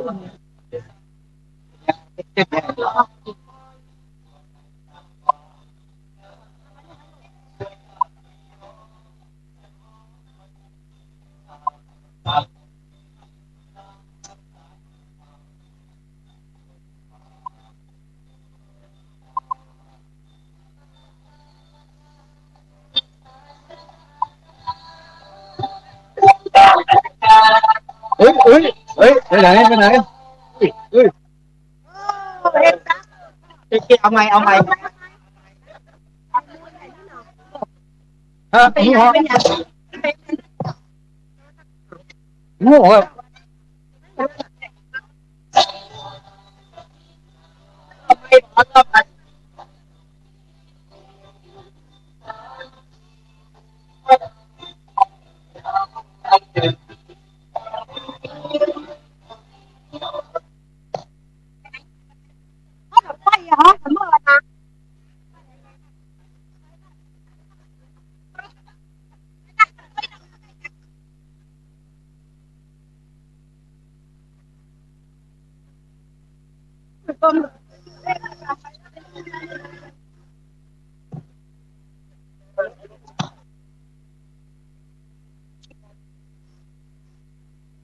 อย่างนี้ทำได้แล้ว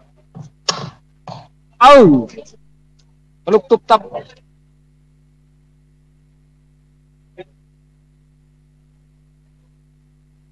แต่รถเจอไหนครับ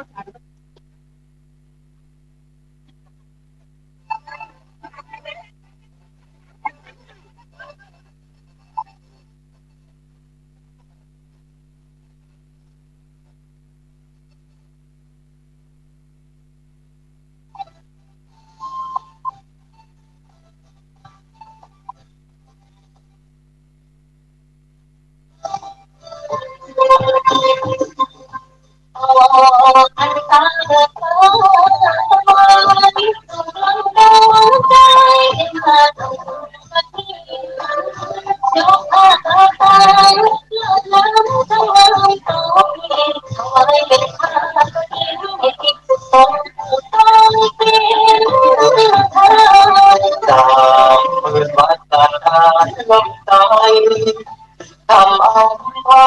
ตัวไทยสร้างความดีงา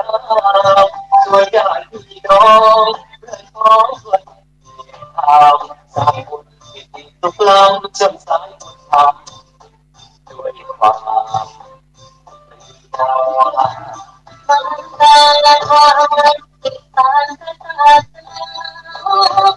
มทั้งบุญญาพ่อจะยิ้ม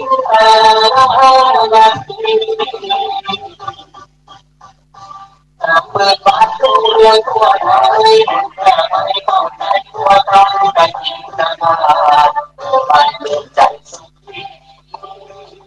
สามัคคีพลังเพียงเรามีพลังของพระชีวิตความมีที่ได้ท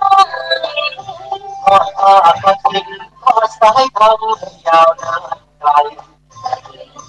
ด้วยไทยลมหายใจของพุทธตา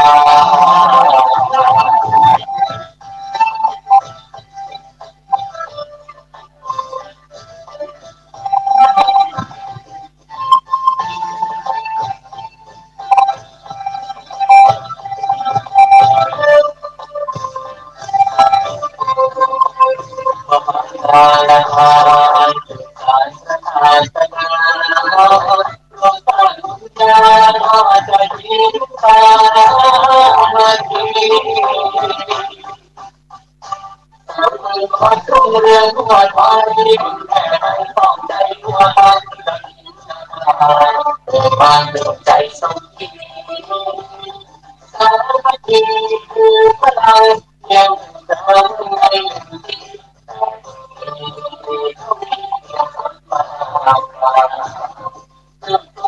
ตัวตนที่อันสามมาดูเรื่องหัวใจใจใจของเราสุดท้ายที่เราถวายพระบาทแก่ตาในกิจงานของพระที่ยังที่เราถวายพระบาทแก่ตาในกิจงานคือความดีงามที่เราก็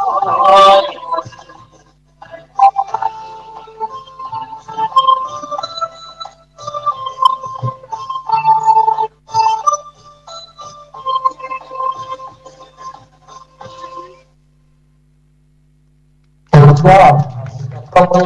นะครับ ครับต้องขอขอบคุณนะครับสำหรับนะครับบุญกฐินในครั้งนี้กับบริการนำนะครับของพระวิหารพระคอนโดครับขอขอบคุณนะครับคุณเพื่อนผู้หาทุกท่านโดยนะครับที่มาร่วมกันในวันนี้บุญกฐินในครั้งนี้นะครับว่าบุญกฐินนะครับขอเจ้าร้อยทุกท่านนะครับได้เวรนะครับขอเดินทางครับขอขอบคุณนะครับทางพ่อบ้านบ้านจะดีของบ้านขอบคุณครับ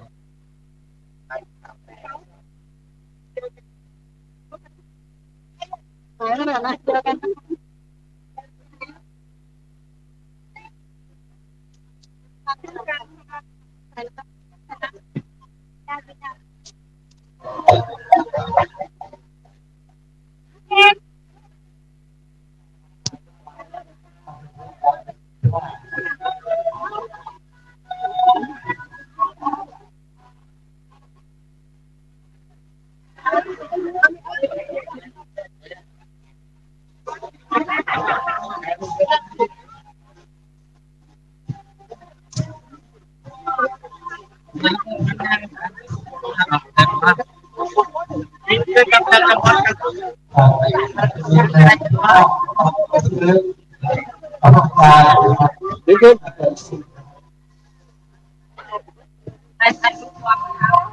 วันนี้ข้อของยาว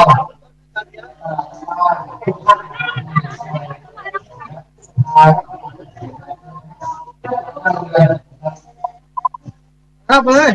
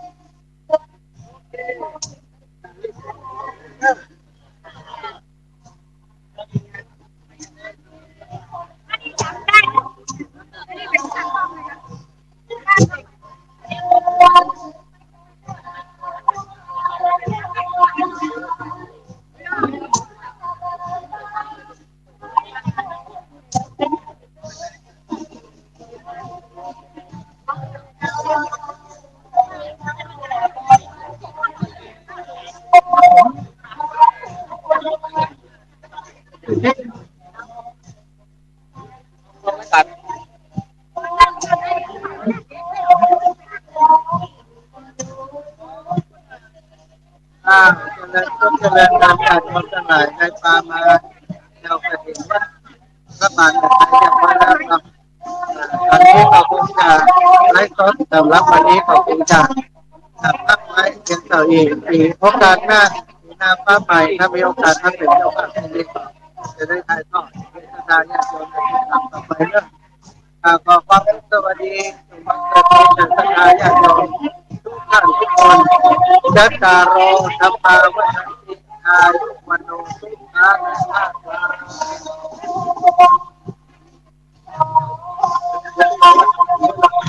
เดี๋ยวปีจะไปแอววัดล่างครับเดี๋ยวจะไปดูวัดล่างครับ